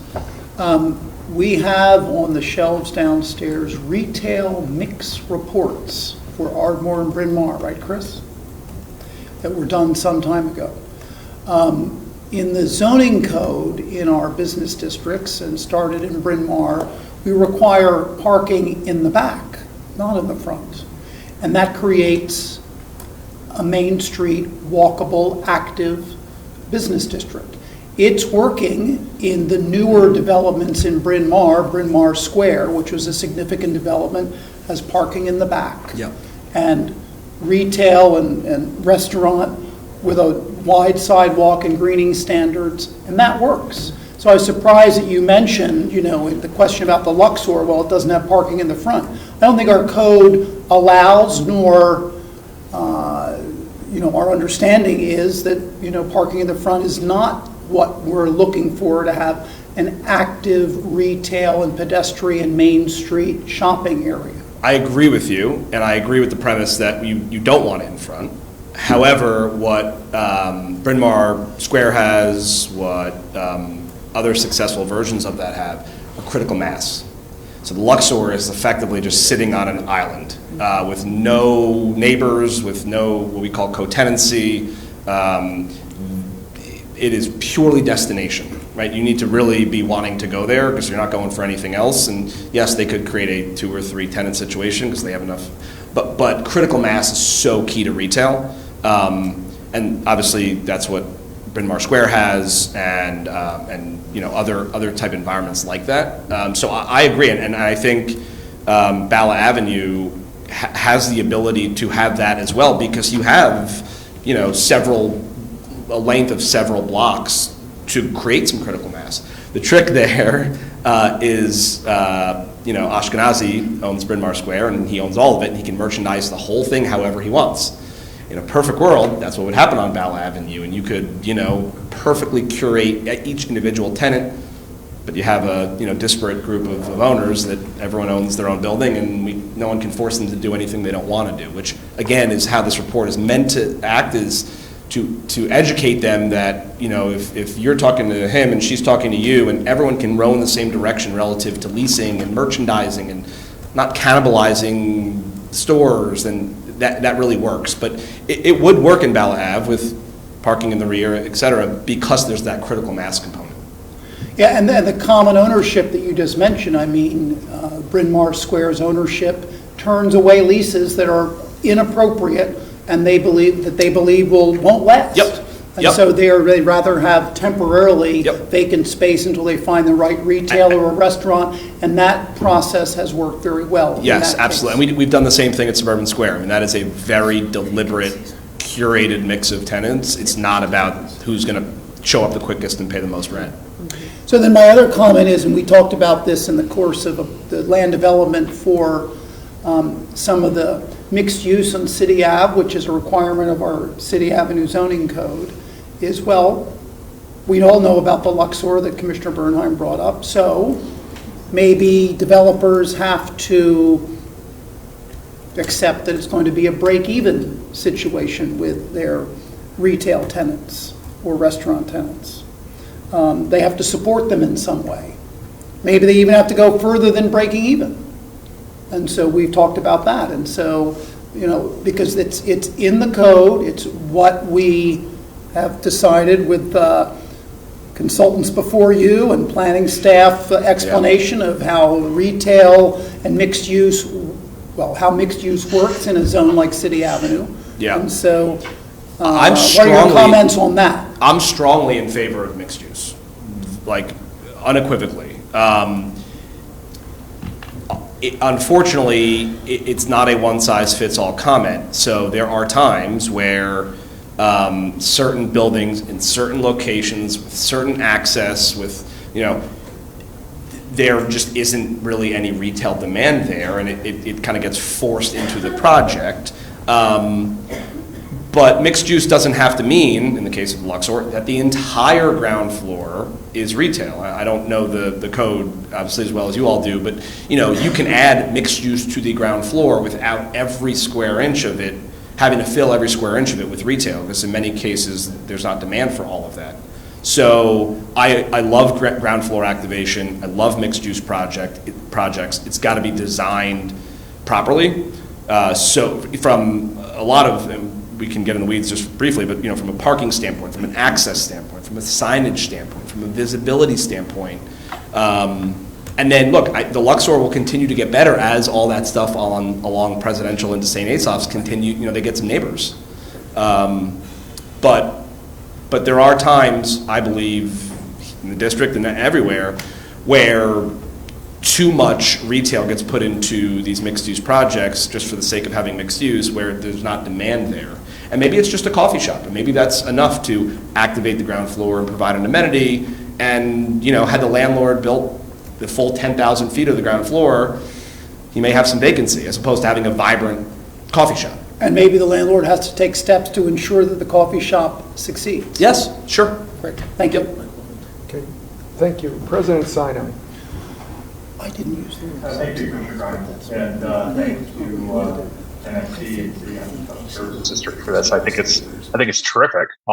In part because it articulates a vision for how the retail environment should look that is really very much needed in that area, but also just to underscore what you said, which is the value of having a playbook, right? So people know, property owners know what their role is in the common vision of the area. And not only that, but they can have at least some hope that their fellow property owners will also do their part, right? And so it's not that you're pulling your oar in the same direction as everyone else, but that you have faith that everyone else is going to be pulling their oars in the same direction. And that's really important for the development of this. So I think my questions are probably more for Brian, because they're sort of big picture about this. We've been, Brian, two questions for you. The first is we've been talking tonight largely about the retail following the tenants, right? Who's in the area and what the demand is. I think I've also had a view that, tenants also can follow from the retail environment that you develop. If we're thinking about the residential tenants and the commercial business tenants, looking at the retail that's around and saying, where do we want to be? Do we want to locate our headquarters in the City Avenue Special Services District? I'm wondering if you could speak to that part of it, like using retail to drive the rest of it. And then the second is, it's in the report a little bit, and maybe you could speak to it, which is, one of the original, if not the original, motivators for the creation of the City Avenue Special Services District was security, right? It was common policing of the area, and that, of course, is tightly tied into, first off, tenant demand for the location, but also, vibrant retail probably affects the security landscape in a positive way as well. I was wondering if you could speak to both of those. Thank you. Thanks, Todd. So I guess, security, right? Beautification and safety are the primary factors of what we do. So where our budget goes to, that's what we focus on daily. I think that is key. As we think through, and that's why we actually did the landscape plan at the same time, was to make sure that we're supporting each other. So that's one of the pieces that we're working on there. Back to your first question, and I'm going to kind of jump a little bit.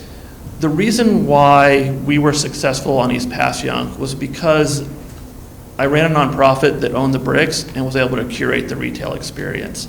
And I provided the cleaning services and the safety and the public spaces and the amenities and monitor those.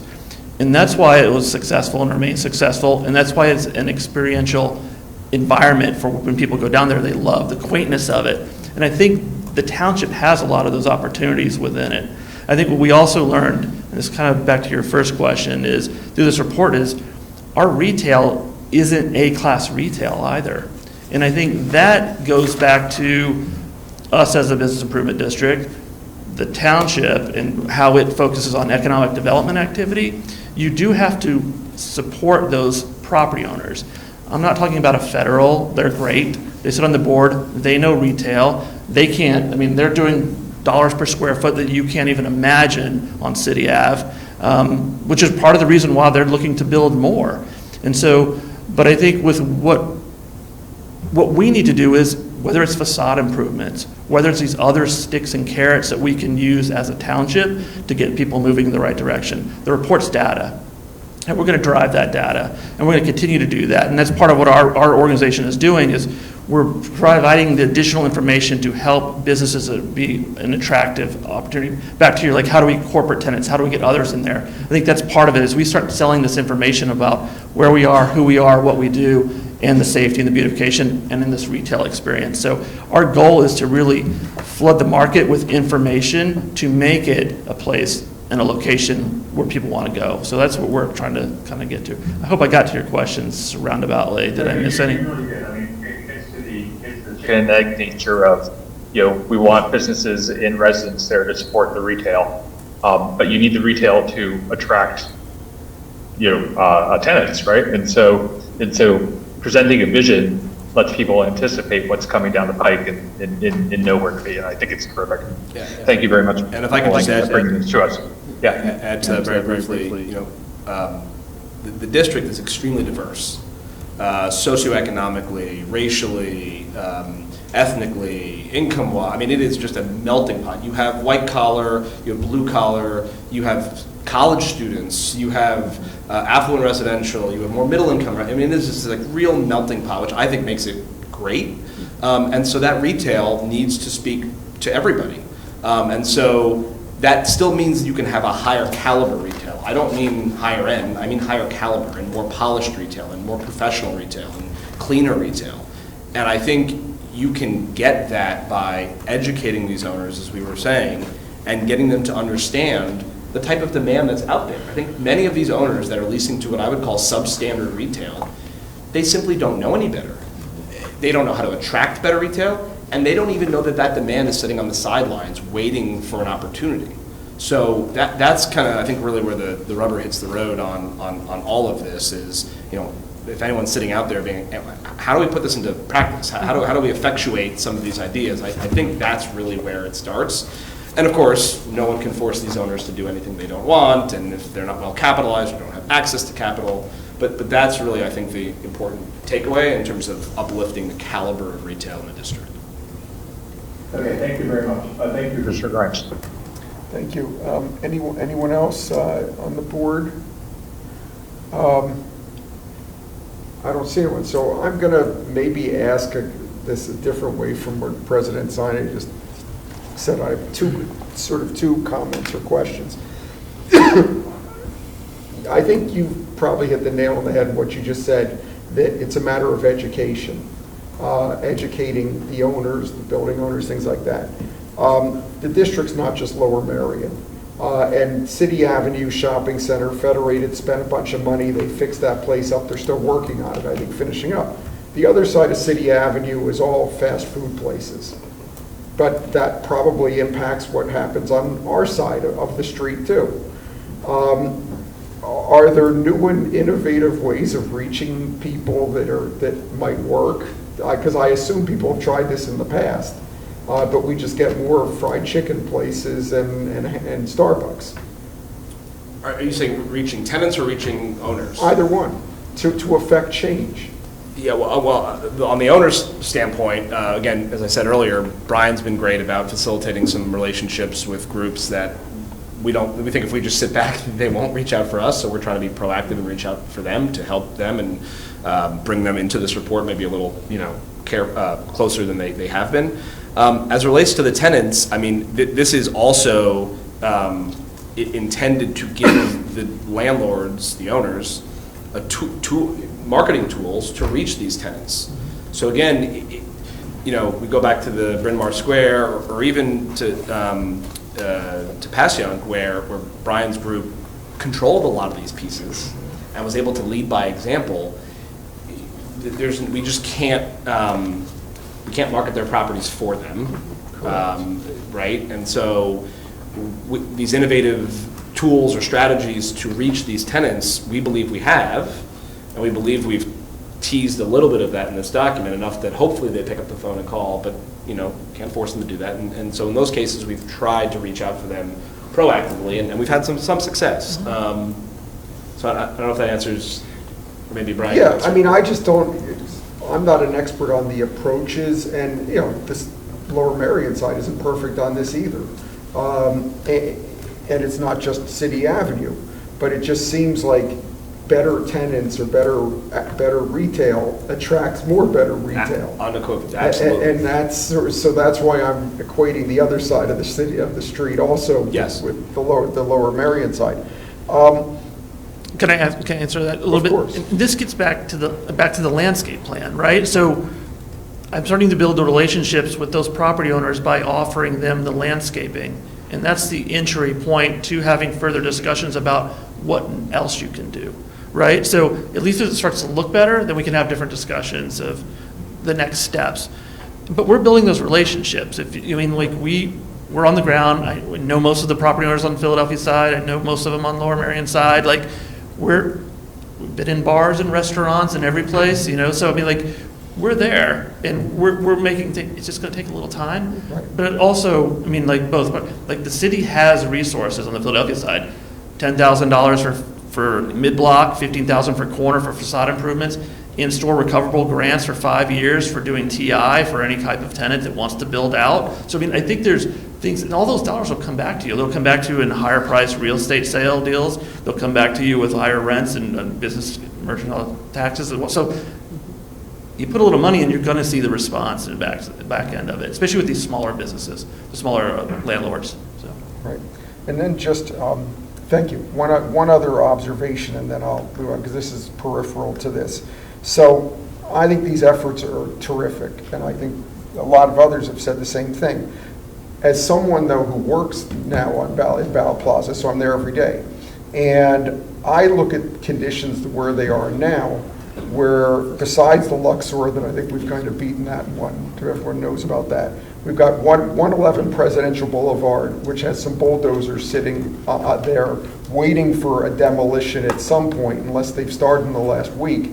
And my understanding is because of various economic factors, they're not building anything soon. So that's either looking like a demolition site or nothing attractive for the near future. The Lord and Taylor building. That parking lot's sitting empty, the store for what, 2 years now? They finally took the Lord and Taylor sign down, but it's not particularly attractive. Is there any outreach to sort of try and get these people to make their properties look more inviting so we can attract better, more and different businesses? Yeah, I think for one, like the Lord and Taylor it's coming down in April, right? So that thing is moving forward. You know, they're a little bit different of a situation because they have shareholders they report to, so they have to continually be leasing space or they could be sued, right? So for them, they had to kind of show that the space was available for rent while they're going through the due diligence and the development process. So I think that's one of them. But we do sit down, and then the staff and I meet with property owners regularly to kind of have conversations to make sure that we're all working in tandem. You and I have been out on the street and making meetings. We had 2 on Monday. I think things will start to percolate up, and it will make it to your level soon enough that you'll see these things. So we're really fortunate on that moving forward, but we'll hope that'll get to you as well. And to that end, as I said earlier, I was pleasantly surprised by the amount of, I keep saying to people, we were in the planning phase, now we're in the execution phase, which is the fun part. We actually get stuff done and facilitate change. How much outreach we've gotten, people that want our help. I failed to mention, but we were retained by Bala Plaza for some consulting services relative to retail, so that partnership is engaged with us and, trying to make that's going to be a phenomenal development. We're really excited about that. So, okay, we'll see. It's going to take time. It's only been, 90 days or so. So thank you. Any other commissioners? Seeing none, I'll see if there's any public comment on this matter before we move on. Jody, anyone? Oh, go ahead. My name is Carla Marai. I'm from Marion. I appreciated Commissioner Bernheim's point, and I'm sort of picking up on that. And I hope that one thing I'm going to ask for is appropriate for this particular meeting. I heard your comment, Mr. Grain, about the incredible runway that Bala Avenue is. And many Lower Merion citizens have been very interested in the revitalization of Bala, and what was supposed to happen with one developer, the Cross Properties, NOBA, North Bala vision of part of Bala Avenue. And I think you're very aware of what it looks like right now and what it has looked like for at least 4 years. So, my first question is, maybe Commissioner Kramer can answer this, or anyone else. I don't know what the current status is of the third parcel that was not developed by Cross. The one that is now, the demolition has been done, and I know there was a request to extend the land development approval that Cross had, and I believe that they didn't meet the criteria. So I don't know if who owns the parcel now, and if the prior land development approval now conveys with the parcel to who is ever going to buy it or not. So anyway, I'd just like to serve an update on the current status of that problematic parcel. And you are well aware of Bala, what's happened with the first vision, the grant. I don't know, is it 7,000 square feet of retail, mixed use? It's not an inch, to my knowledge, has ever been rented, and also there's no parking for that either, for the retail there. So anyway, my first question is if someone can give me an update, and then my second question is if I did not read the report, I'll take a look at it, but I was just wondering if you could give one specific idea that you have, your vision for the, the revitalization, the incredible runway. What, if you see any part of the beginning of that? Thank you. Okay, thank you. Is there any other public comment? Seeing none, anyone online? No. Okay. So would anyone like to respond to the public? Jillian, go ahead. Yes, I can give a quick update on the Bala Avenue project. Ms. Murrah was correct. The approval was extended. The applicant did not meet the deadline for some of the milestones within that extension. The approval still remains with the property, but because the zoning changed in 2020, the approval is no longer zoning compliant. So it would need a variance or a zoning amendment to be constructed as previously approved. Thank you. Okay, any other responses at all? Okay, all right. Well, thank you very much. Again, we appreciate the presentation and the time tonight. We're going to, while the City Avenue people are here, skip to number 5 on the agenda because it also relates to City Avenue. This is, for those who have the paper agenda, on page 49. Bear with me. This is the reappointment of John Glom to the Board of Directors of the City Avenue Special Services District, and I am going to move to recommend... I've always felt that the Godfather was Excuse me. That's bad timing. I thought I had the sound turned on. I'm going to move to recommend to the Board of Commissioners adoption of a resolution to reappoint John Glom to the Board of Directors of the City Avenue Special Services District for a 5-year term to expire December 31, 2029. Is there a second? Thank you, Commissioner Epstein. Any commissioner questions, comments? Any public comment on this matter? Seeing none, we will call the vote. All those in favor, please raise your hand, signifying aye. Any opposed? Any abstentions? Seeing none, the motion carries unanimously. Thank you for that. All right. Now we move on to number 4 on the agenda, which concerns the bamboo amendments. This is again, well, not like the noise amendment that we dealt with, but this is, as soon as I find the page 42. Okay. This is another one about advertising notice, about a change in the way a violation or corrective measures have to be done with bamboo. So once again, we have our choice of the Building and Planning All-Stars about who's going to do the presentation. We're going to tag team this one again. Okay. Let's give a quick summary, and Ernest can get into the details.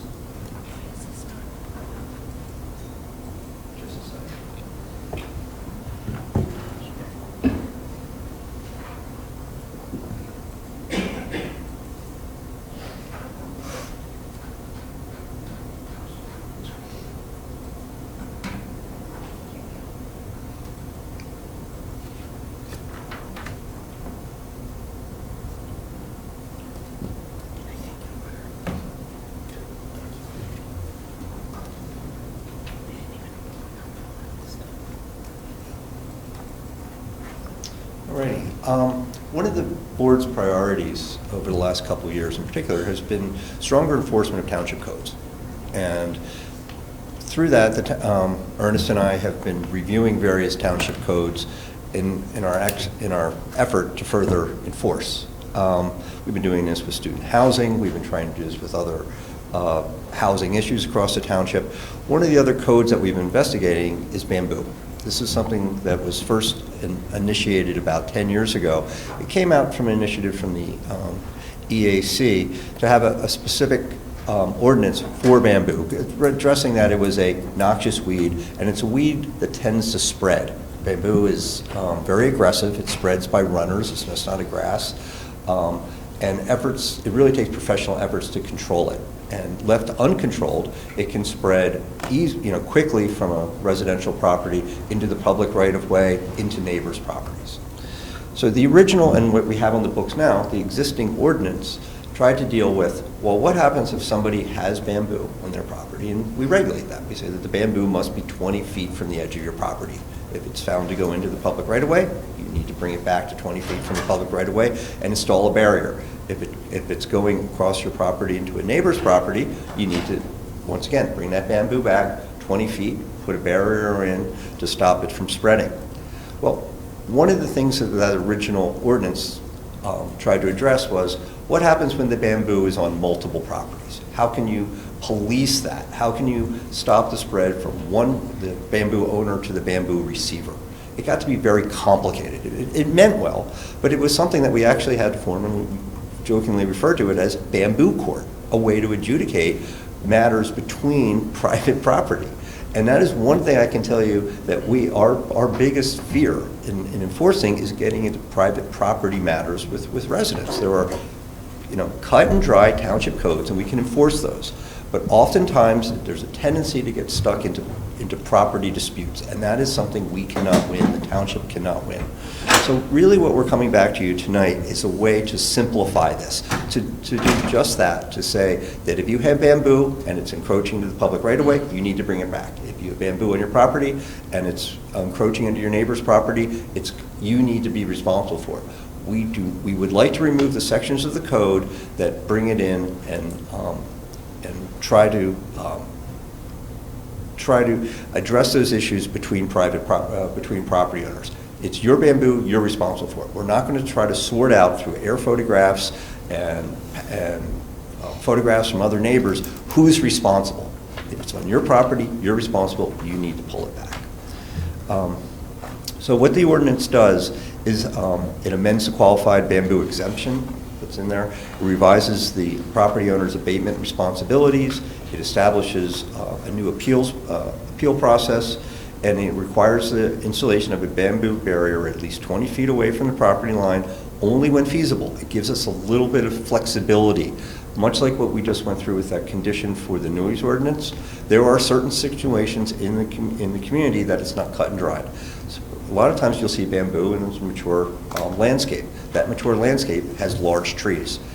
Putting in the barrier according to code would require the removal of that tree. We want to have some flexibility to design around that. And also we just cleaned up some duplicative language. I guess just the rest of my slides just really summarize just what that is. We're happy to answer any of your questions or get into any of the details. We did just have a couple photos to show you like how deep and significant some of these barriers are. This is the example of putting a trench in along the property line to stop bamboo from spreading from a neighboring property. This is fences at a property line. You can just kind of see that detail. These barriers are deep. They are thick. They are significant to install. There are only specific companies that do this. This isn't your regular landscaper can go out and do this.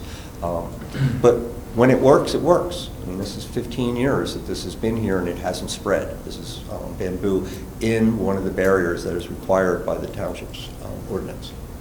So again, this is the bamboo barrier. The bamboo, sometimes it's tricky. It wants to go underground, but it also wants to run at the ground. So the barrier needs to be have a little lip on it to stop the runners from going above the ground. And this is just once again a detail. We're happy to answer any of your questions and get into any of the details if you wish. Commissioner Bernheim. Yeah, thank you very much. I'm glad you didn't say get into the weeds. We left it for you. Yeah, so, I wholeheartedly endorse this. This is excellent.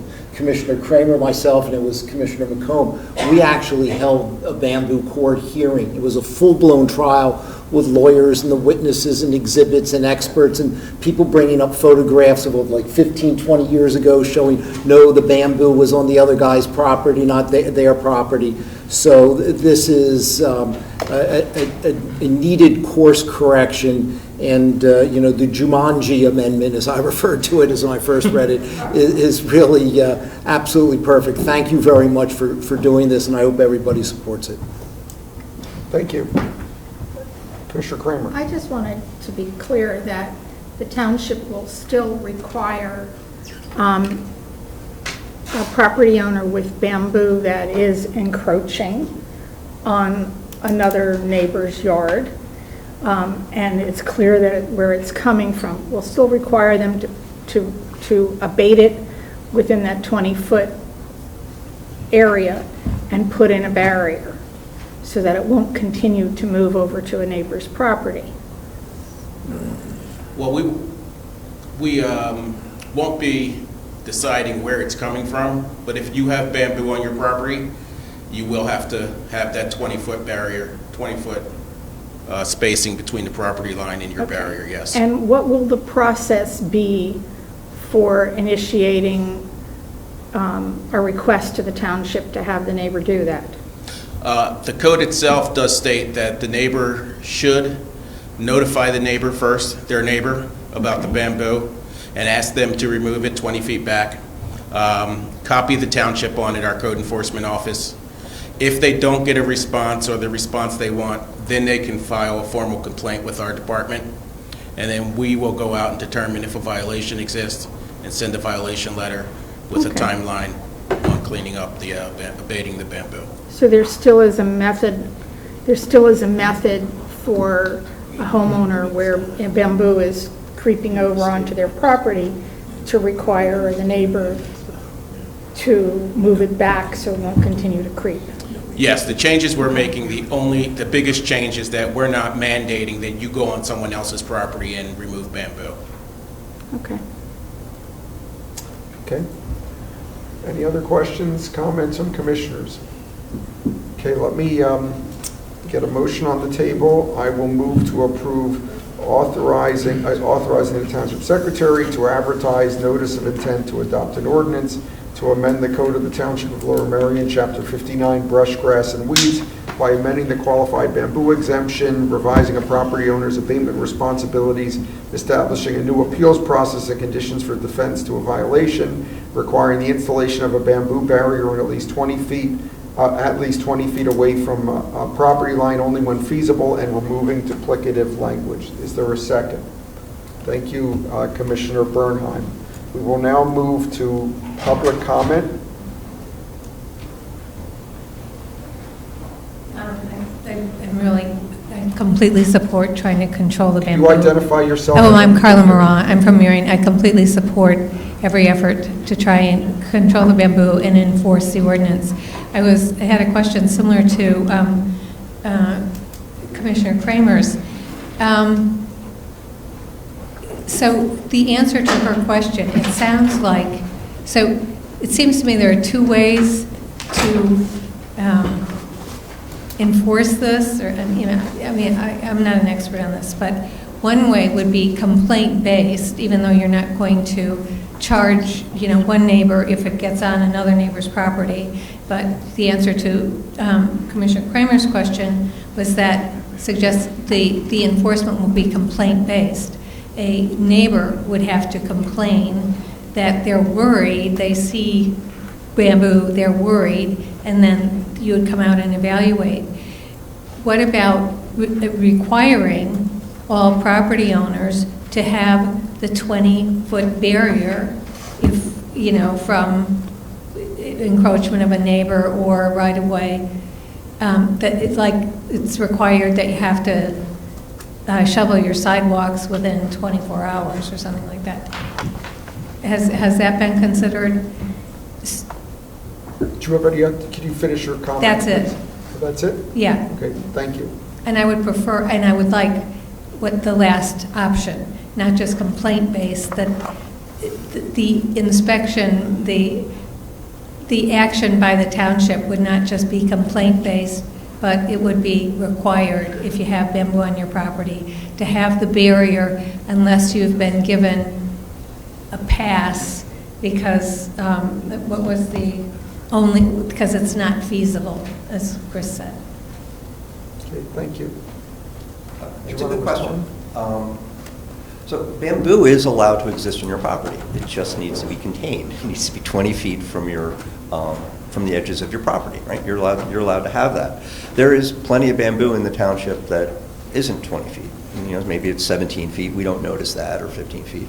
But there are instances when it gets into the public right-of-way. We drive around, Ernest and I live here, other inspectors do, commissioners, and it's brought to our attention. We also regularly inspect landscapes. This is, once again, the enforcement. This is a goal of, and a priority of the board. You've told us this, and we are better enforcing conditions of approval. And as we do that, one of our staff members, Holly Colello, is going out. She's a trained landscape architect, and Holly goes out and inspects preservation areas, right? There are a number of open space preservation districts in the township.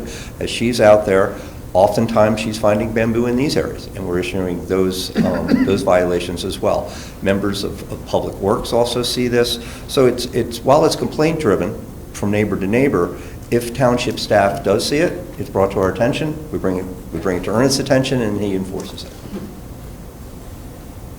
Okay, thank you. Anyone? Is there any other public comment? No. Okay, good. So we'll call for the vote on this motion to advertise. All those in favor, please raise your hand, signify aye. Any opposed, raise your hand. Any abstentions? Seeing none, the motion carries unanimously. Next is the preliminary subdivision plan for 21 Sandringham Road in Bala, Cynwyd, which is on page 53 for those of you who have the paper agendas. And Chris, are you? I just need a hand with our presentation for a second. We should consider having commercials if this one matters. For City Avenue District businesses.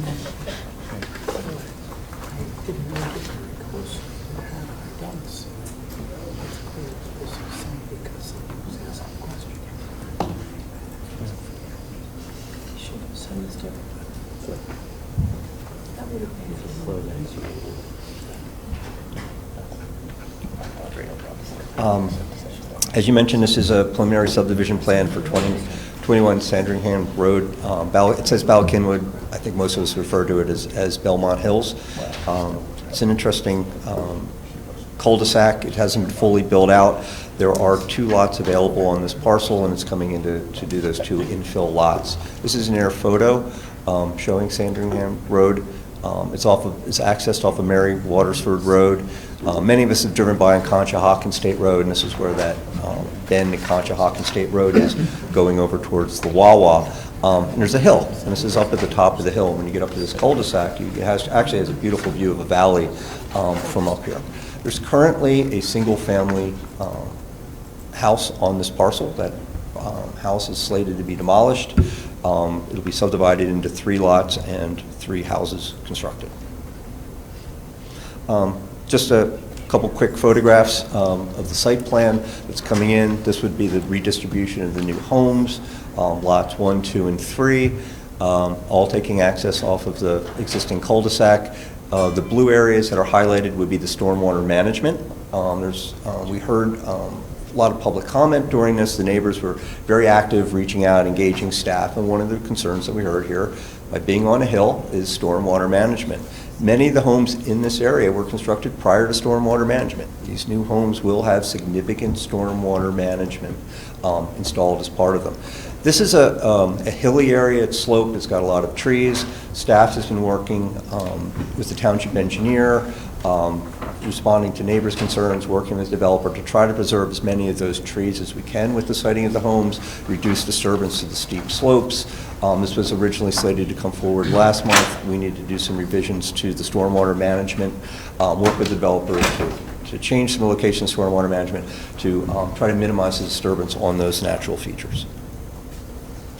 This is just the existing conditions that are here. You'll notice that there's some lines to the right of the drawing. There's some old stone walls, some old structures. We have looked in some of the old atlases in the township. We couldn't figure out what they are, but there are some just kind of old structures, nothing on the historic registry, but they're here and they show up. This is just the existing stone house that's being removed and replaced with the new one. These are the old remnants that are on the property that are here. The developer has a requirement to salvage any of this material to the greatest degree feasible. This is some interesting stone. Perhaps it could be made available to members of the community or parks, or they could utilize it. We just don't want to see it as in a landfill. It has value to it. The developer is required to work with us on that. One of the things that we look at with new infill development is trying to make sure that that architecture fits in with the neighborhood. We have many of our neighborhoods throughout the township, South Ardmore, over around Marion, that were developed at the same time. Even Shoreditch, they were developed at the same time. They had a unity of style, a unity of character, and try to make sure that that new architecture fits in. There is a unity of style, but all these homes weren't developed by the same, in the area, weren't developed by the same builder. But they have about the same massing, the same scale, same location of garage. The new homes are fairly consistent with this in mass and scale and square footage. The property will have significant landscaping going forward. Lots 1 and 2 are rather tight to some existing properties that are over here just by the layout. There have been some flag lots that were constructed several years ago back here. The new plans include screening and separation between the new lots and those existing properties. There is a transformer here, and there had been concern from a couple of the neighbors about the location of a transformer. It's one of those utilities that comes with new single-family homes. You need to put the cable box, you need to have some of that, those utilities. We do have requirements in the zoning code that transformers should be screened. We don't really control the location of that. It would be great if we could, bury them, much like utility wires, but these are entities that are beyond municipal control, but we can screen them, and these will be screened. During the course of this, there was a lot of interest from some of the neighbors about walkability. People had heard that the township is investing in priority sidewalks and looking at areas, and they were talking about, well, with this development, could it have sidewalks?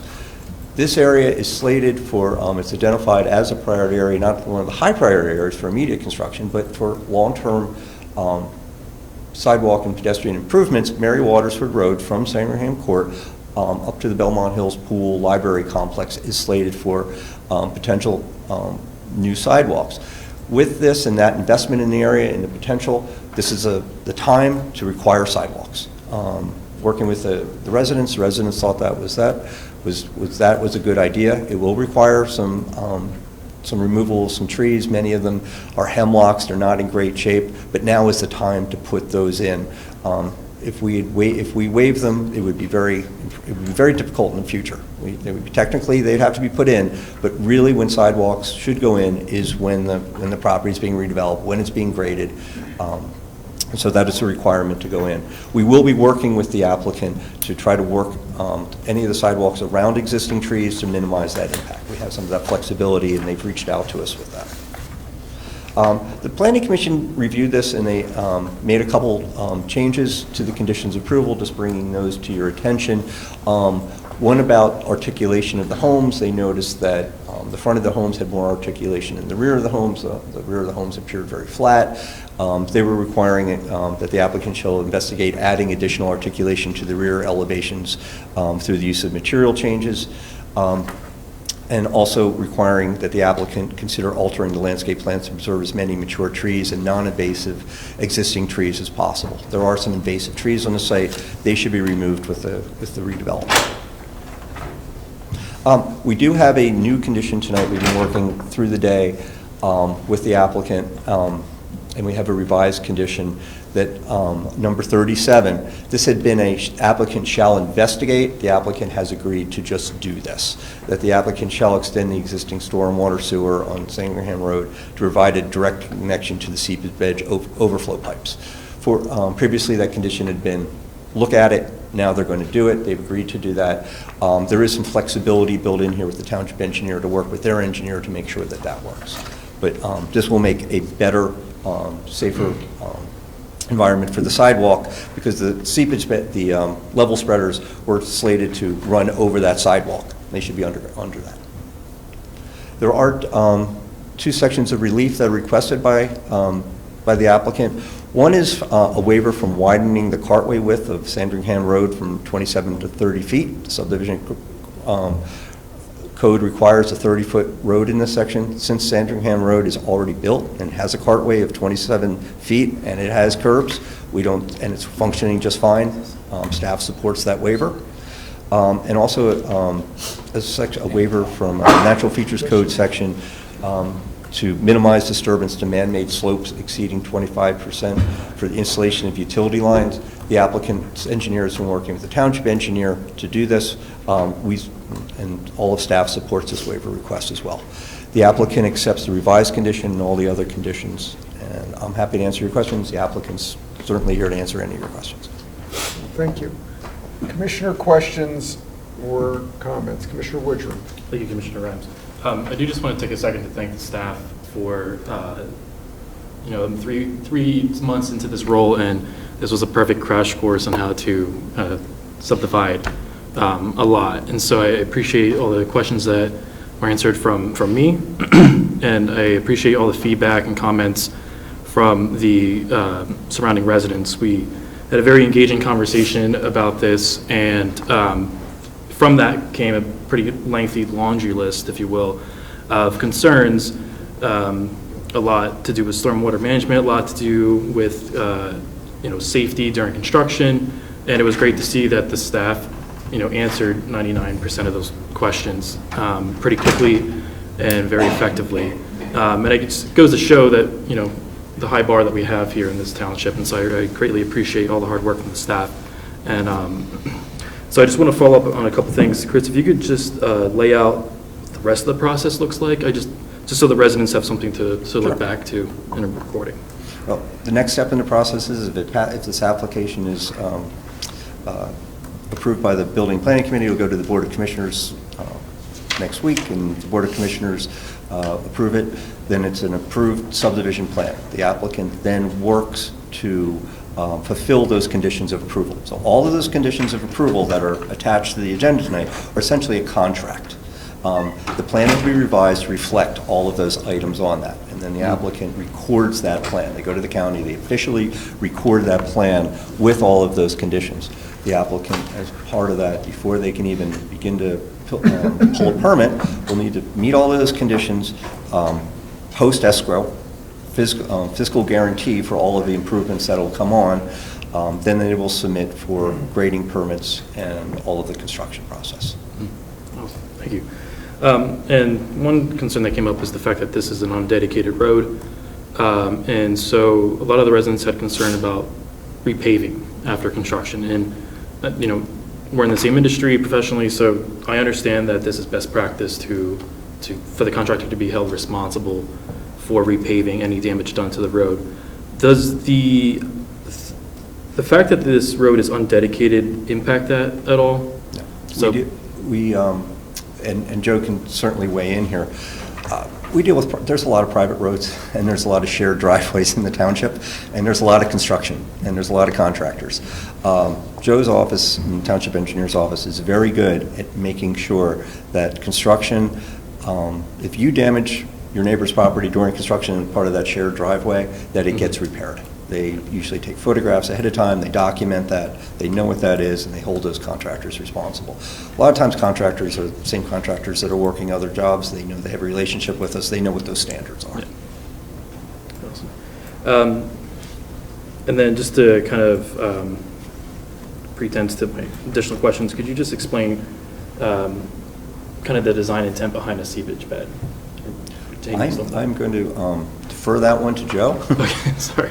It's my lifeline on the seepage bed. Not a problem. The seepage beds collect roof runoff from the houses and from some of the impervious surfaces on each of the new properties. It goes into a rock bed below grade.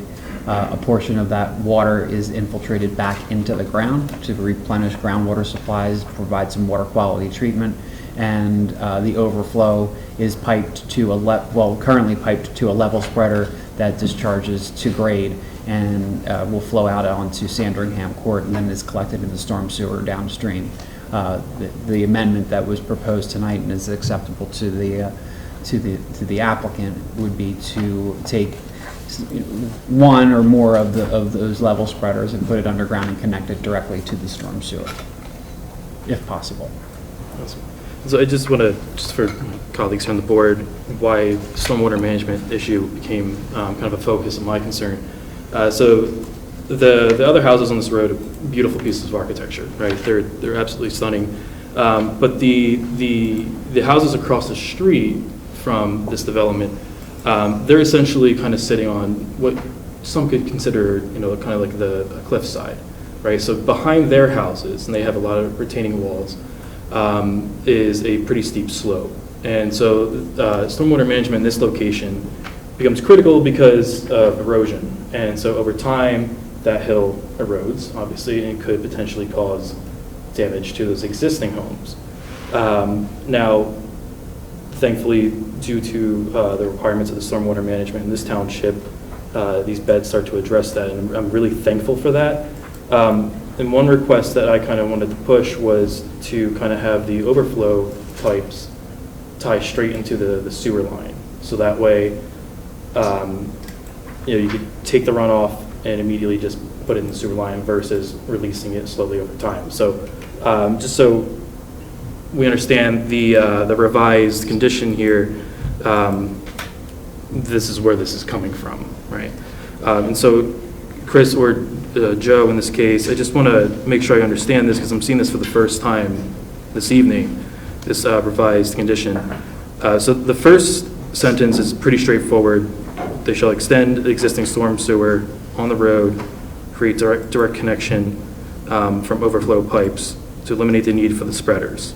But then the second sentence throws me off a little bit, and maybe it's just a clarification. But it sounds like it then limits this potential to just one lot. Is that true? Does not limit it to one lot. If it's feasible to tie in more than one lot, I believe then we would. The reason why we selected lot 2 is probably one of the more important lots to tie into the storm sewer. Reason being, the storm sewer extension would provide another inlet on the road to catch some of the water before it gets to the bottom of the cul-de-sac, where it was, when we do have heavy rains, it could bypass that inlet and get onto the residential properties. We'll be taking that water off the road sooner and relieving some stress on the lowest inlet in the street. Secondly, Lot 2 being the ability to directly connect. Lot 1 is further upstream. And if they're unable to tie Lot 1 in, well, there's two things. Lot 1 has a fabulous infiltration rate. So a lot of that water we do suspect will be infiltrated into the ground, and we'll see very little water discharging to the surface. If we're unable to tie that in, it will go right into the street and right into the new inlet. So that water is still getting caught, even though it may have to discharge, a small portion of it may have to discharge above the surface. Lot 3 doesn't discharge to the street at all. It has a level spreader that goes back into the woods, and that's actually a pretty good condition. And we can, and that if that needs to stay that way, then we have no problems with that as well. So moving forward, and again, I just want to kind of lay this out because I want the residents to have something to reference. The spreader for Lot 3, where it's currently positioned, obviously in line with the topography, the civil plans and the landscape plans do not show the surrounding context. And so there is a house adjacent to where the house is going to be on Lot 3. Is there a way we could kind of extend the plans to show the context of that house to show the residents that this spreader will not affect that existing home? The design engineers here, and you probably can speak a little closer to it, but I don't think that would be a problem. Okay.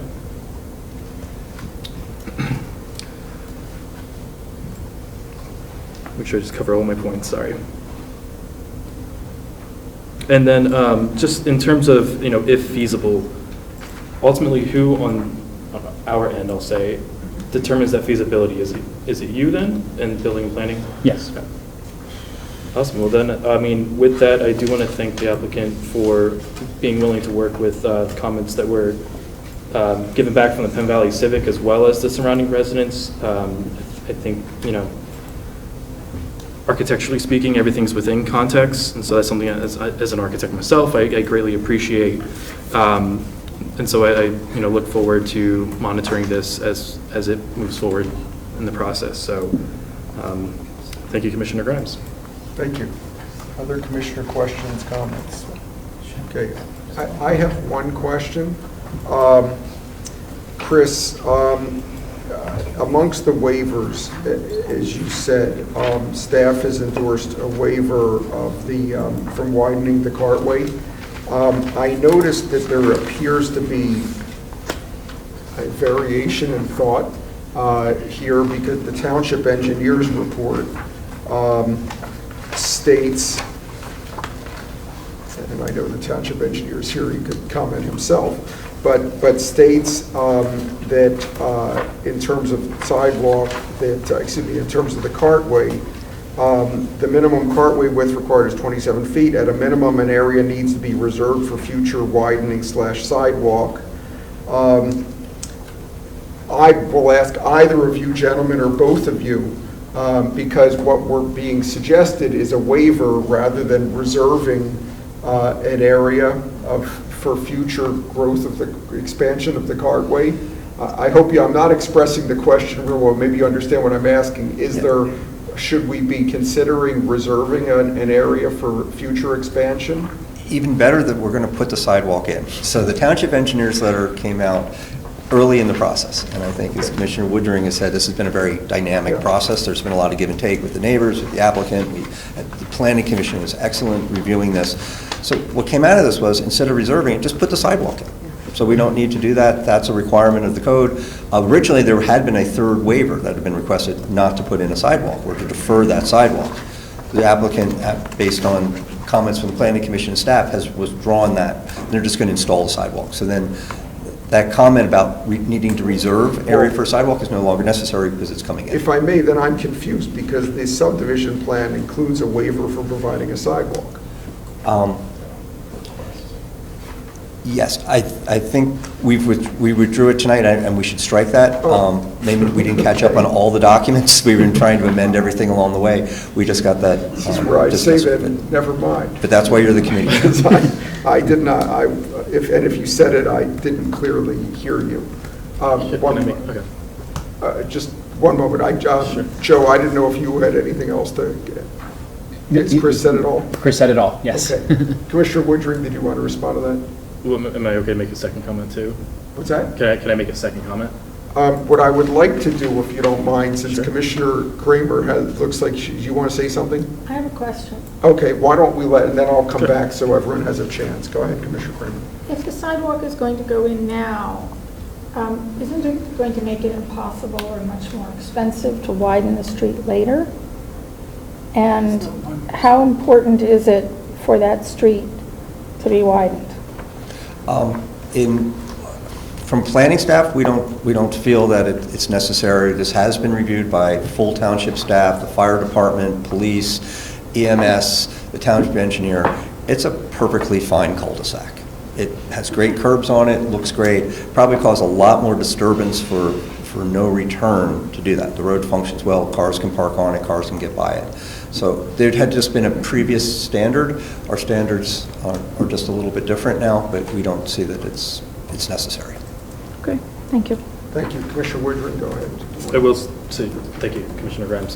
Just to kind of second that, it's a low volume traffic road, so I don't see, I run this street, well, should be running more than I do, but when I do run, I run on this loop itself, all the way down to the cul-de-sac and back up. And so I personally don't see a need to widen the sidewalk, and I can't imagine that the residents would be okay with that either, given that it would start encroaching on property lines and whatnot. So, and then just my second point, just in addition to the cleanup on the paperwork, it does say that this is in Ward 8. This is in Ward 3. Just a heads up on that. And Yeah, that's my fault. it's all good. No worries. And then my last comment is, and this kind of shifts a little bit away from the application itself, but the priority sidewalk gap. And we could have a separate conversation about this, but I do know that's something that the residents on this street would love to see. And so if there's a way to work towards upping that in the priority list, not to knock off any other sidewalks, but that would be greatly appreciated. Okay, thank you. Any other commissioner questions or comments? So before we go to public comment, unless you'd like to make the motion, all right, I'll. Good. Okay. You can. Thank you. I will move to recommend to the Board of Commissioners approval of a preliminary subdivision plan for 21 Sandringham Road, Bala, Cynwyd, Ward 3.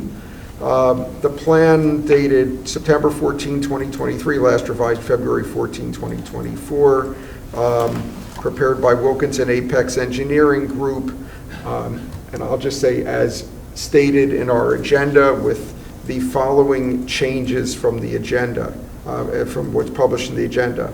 The revised condition of approval 37 is part of the approval. I will also note 2 waivers of the of codes, the Subdivision and Land Development Code, Section 135-4.9.c, from widening the cartway width of Sandringham Road to 27 to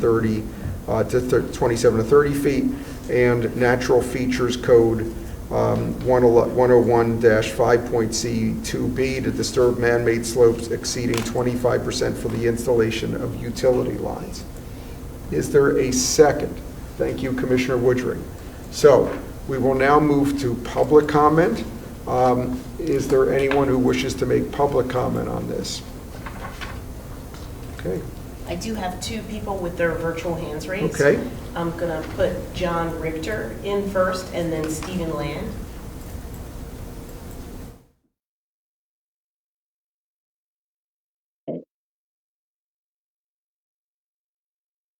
The Richter should be there in a second. Terrific. Hi, can you hear me? Camera on?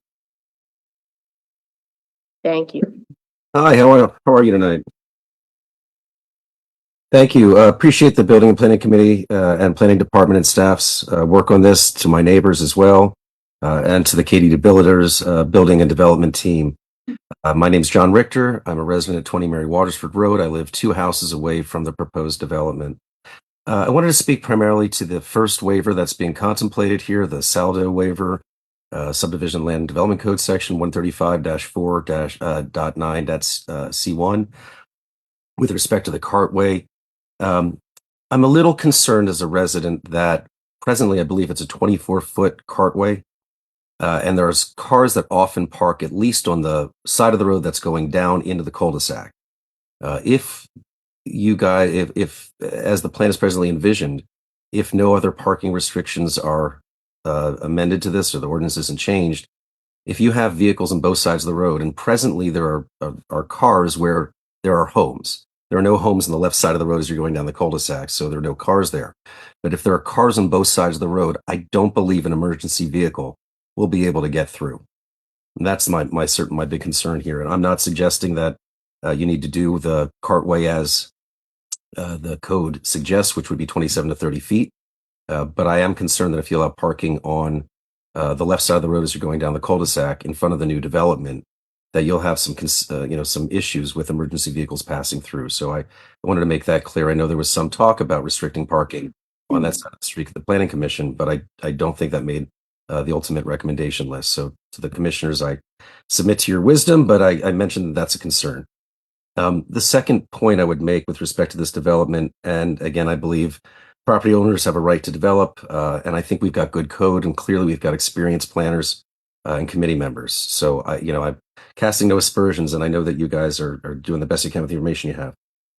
With respect to the zoning, this is a LDR3, low density residential, and one of the kind of hallmarks of development in these types of instances, I believe, is the preservation of existing neighborhood character. And I wonder if the code were being adhered to in full, such that there were full sidewalks and the cartway were being extended, would they still be able to do a conforming subdivision with the three properties? As I look to this plan, they're envisioning two. I think it's a 2,700 square foot property and a 2,800 square foot property, and the 3,999. If you look at the other properties on the block, they are all they're large properties. So you'll have two somewhat smaller properties that are more reflective of properties in other subdivisions in the neighborhood, but not really of the character of what you see on this subdivision. So I'm just mindful of that, and wanted to make sure, my hope would have been that you could have had a completely conforming and profitable subdivision that might take into account more the character of the neighborhood. And my final point is there's a number of trees coming down. I believe it's 250 trees, including some invasive ones, are being removed from this, with only about 60 or 62 being replaced. There are a couple massive trees, I think, that are slated for being taken out. There's a 100-year-old oak in front of the property. So I know a number of the neighbors have expressed concern about the foliage of the trees, and certainly as it relates to the stormwater runoff, as much as we can do to keep the character of that foliage would be helpful. So those are my 3 points, and thank you for the opportunity to speak. Thank you very much. I'm going to put Mr. Land in.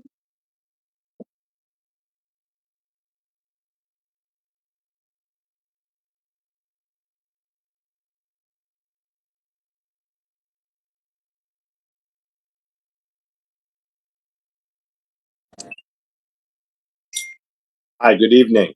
I'm Steve Landy.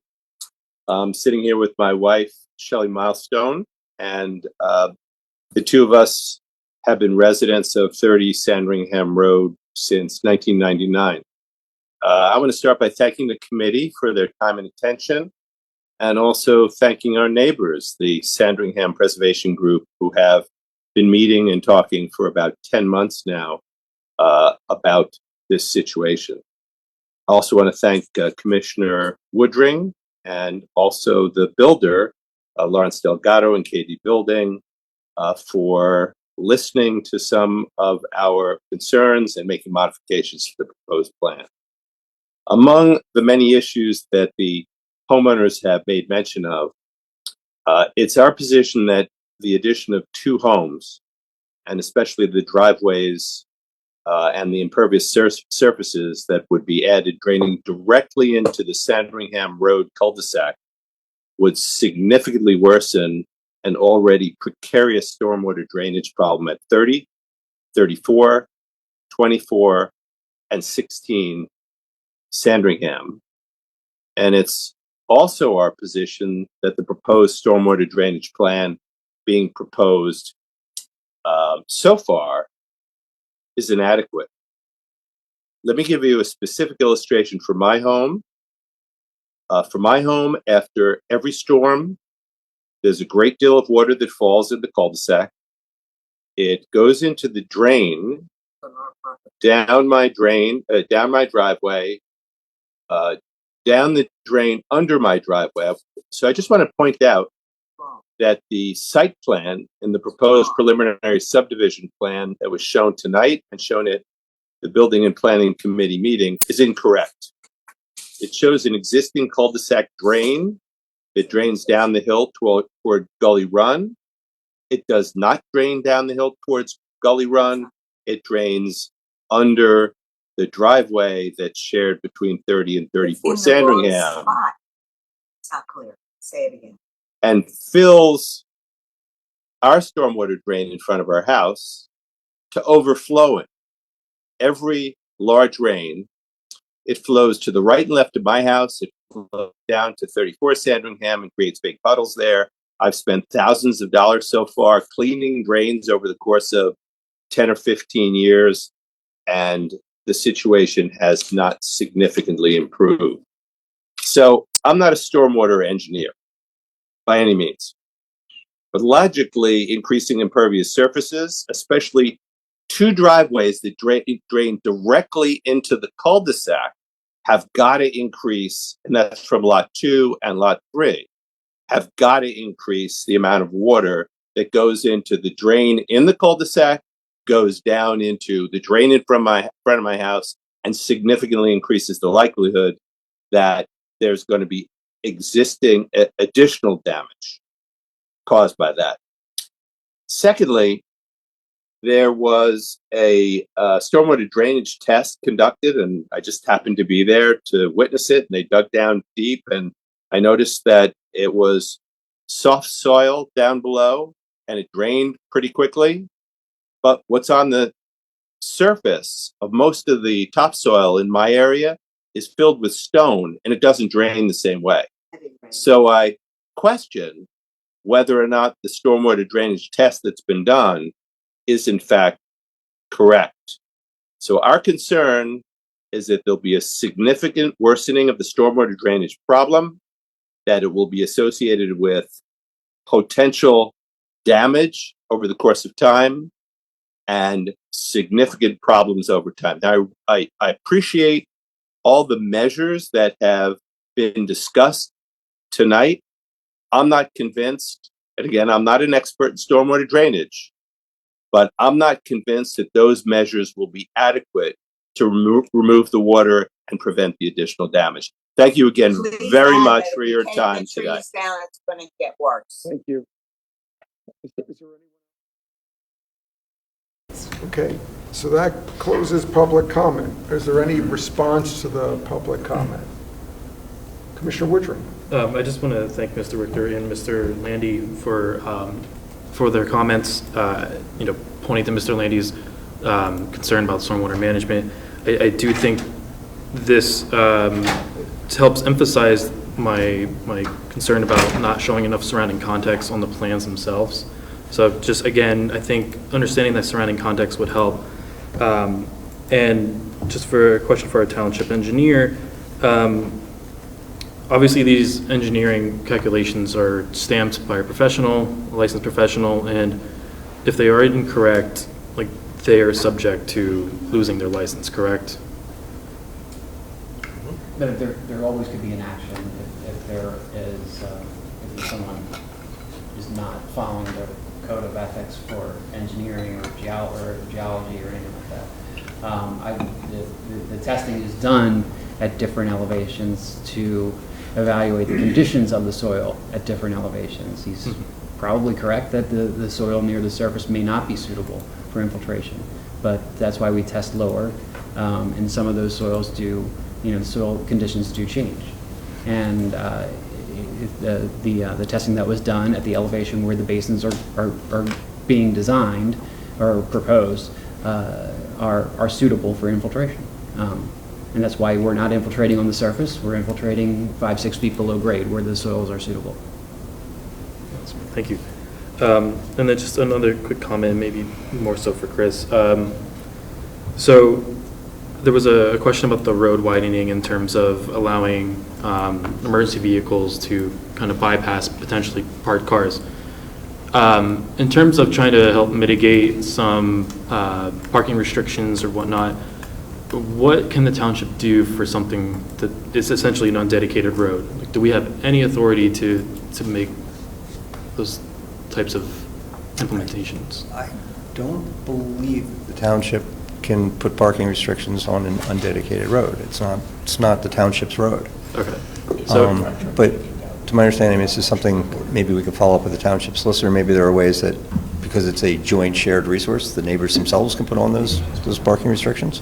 It's certainly something when people are sharing that resource. I mean, everybody came out, they seem to be pretty unified as a neighborhood. They certainly could work together to do that. Awesome. Good to know. And then my last comment, some of the stormwater management concerns, that's what brought us to the revised condition. And so we'll just state that with this condition, this will be something that will be further looked into and reviewed by our township engineer. So, I hope that helps ease the minds of some of the residents a little bit, knowing that we will have a constant eye on such design. So, thank you, Commissioner Grimes. Thank you. Anyone else? President Sinai. Thank you, Commissioner Graham. And I know it's late, so I'll try and make this quick. Chris, I just wanted to follow up with the first resident said about the concerns that if the road were actually at 30 feet that's required and everything was installed, would that impact the amount of development that could be done on these lots? Right. So by waiving that condition, are we would the board be increasing the amount of development that can be done? It's still the right of way would come out of the lot, but it's only the impervious that's in the area is being calculated for stormwater, but not for the density of the lot. So it wouldn't impact the overall developable ability of that lot. It wouldn't result in smaller houses. Okay, thank you. Okay, anyone else? Okay, I will call for the vote. All those in favor, please raise your hand, signifying aye. Any opposed, raise your hands. Any abstentions? Passes unanimously. Thank you. And thank you for coming tonight. Next is a preliminary lot line change for 1301 Sussex Road and 730 Argyle Road in Wynnewood, and this one, I believe, is in Ward 8, as indicated. This is in Ward 8. Okay. This is going to, I've said this before, but this will probably be the easiest one you have all year. There are two properties located at the intersection of Argyle and Sussex Road. They both have frontage on Argyle Road. One has frontage onto Sussex Road. The neighbor of 1301 has their driveway that accesses the property off of Sussex Road, but it's actually owned by the owners of 730 Argyle. They've been good friends for years. What they're doing is just transferring the property so the driveway onto Sussex Road is actually on that lot. It has no potential for future subdivision. It's just a simple lot line change between neighbors. I don't even know how it got here in the first place. This is just correcting an old situation. The applicants accept all the conditions. Oh, okay. That's it. Great. Commissioner questions, comments? I cannot see the online commissioners, so now I can, and I see no one raising their hand. I will make a motion to recommend to the Board of Commissioners approval of a preliminary lot line change plan for 1301 Sussex Road and 730 Argyle Road. The plan dated July 25th, 2023, last revised February 14, 2024, prepared by Yerkes Associates, Inc., shows the transfer of 2,400 square feet from 730 Argyle Road to 1301 Sussex Road. Is there a second? Thank you, Commissioner Bernheim.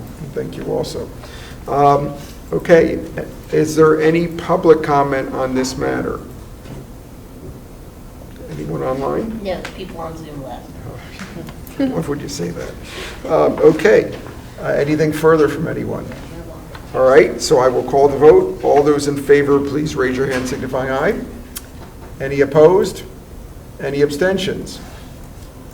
Passes unanimously. Moving to the last item on our agenda, no pressure. We have two historical commission applications. Are there commissioners who would like either to hear presentations or make comments on either of these? Commissioner Zoll, we'll just, since you do, since there's only two, I'll just take them in order if that's okay. Sure. If that works. You keep us in suspense for a minute on which one it is. So let's first, let me ask this first. Actually, I'll change what I just said. For 325 West Montgomery Avenue in Haverford, I'm going to take a wild guess and guess that's the one you want to comment on? I simply want to make a disclosure. Okay. I'm a member of Marion Cricket, but I'm not in governance, and so on advice of the solicitor, I do intend to participate and vote on this item. Okay.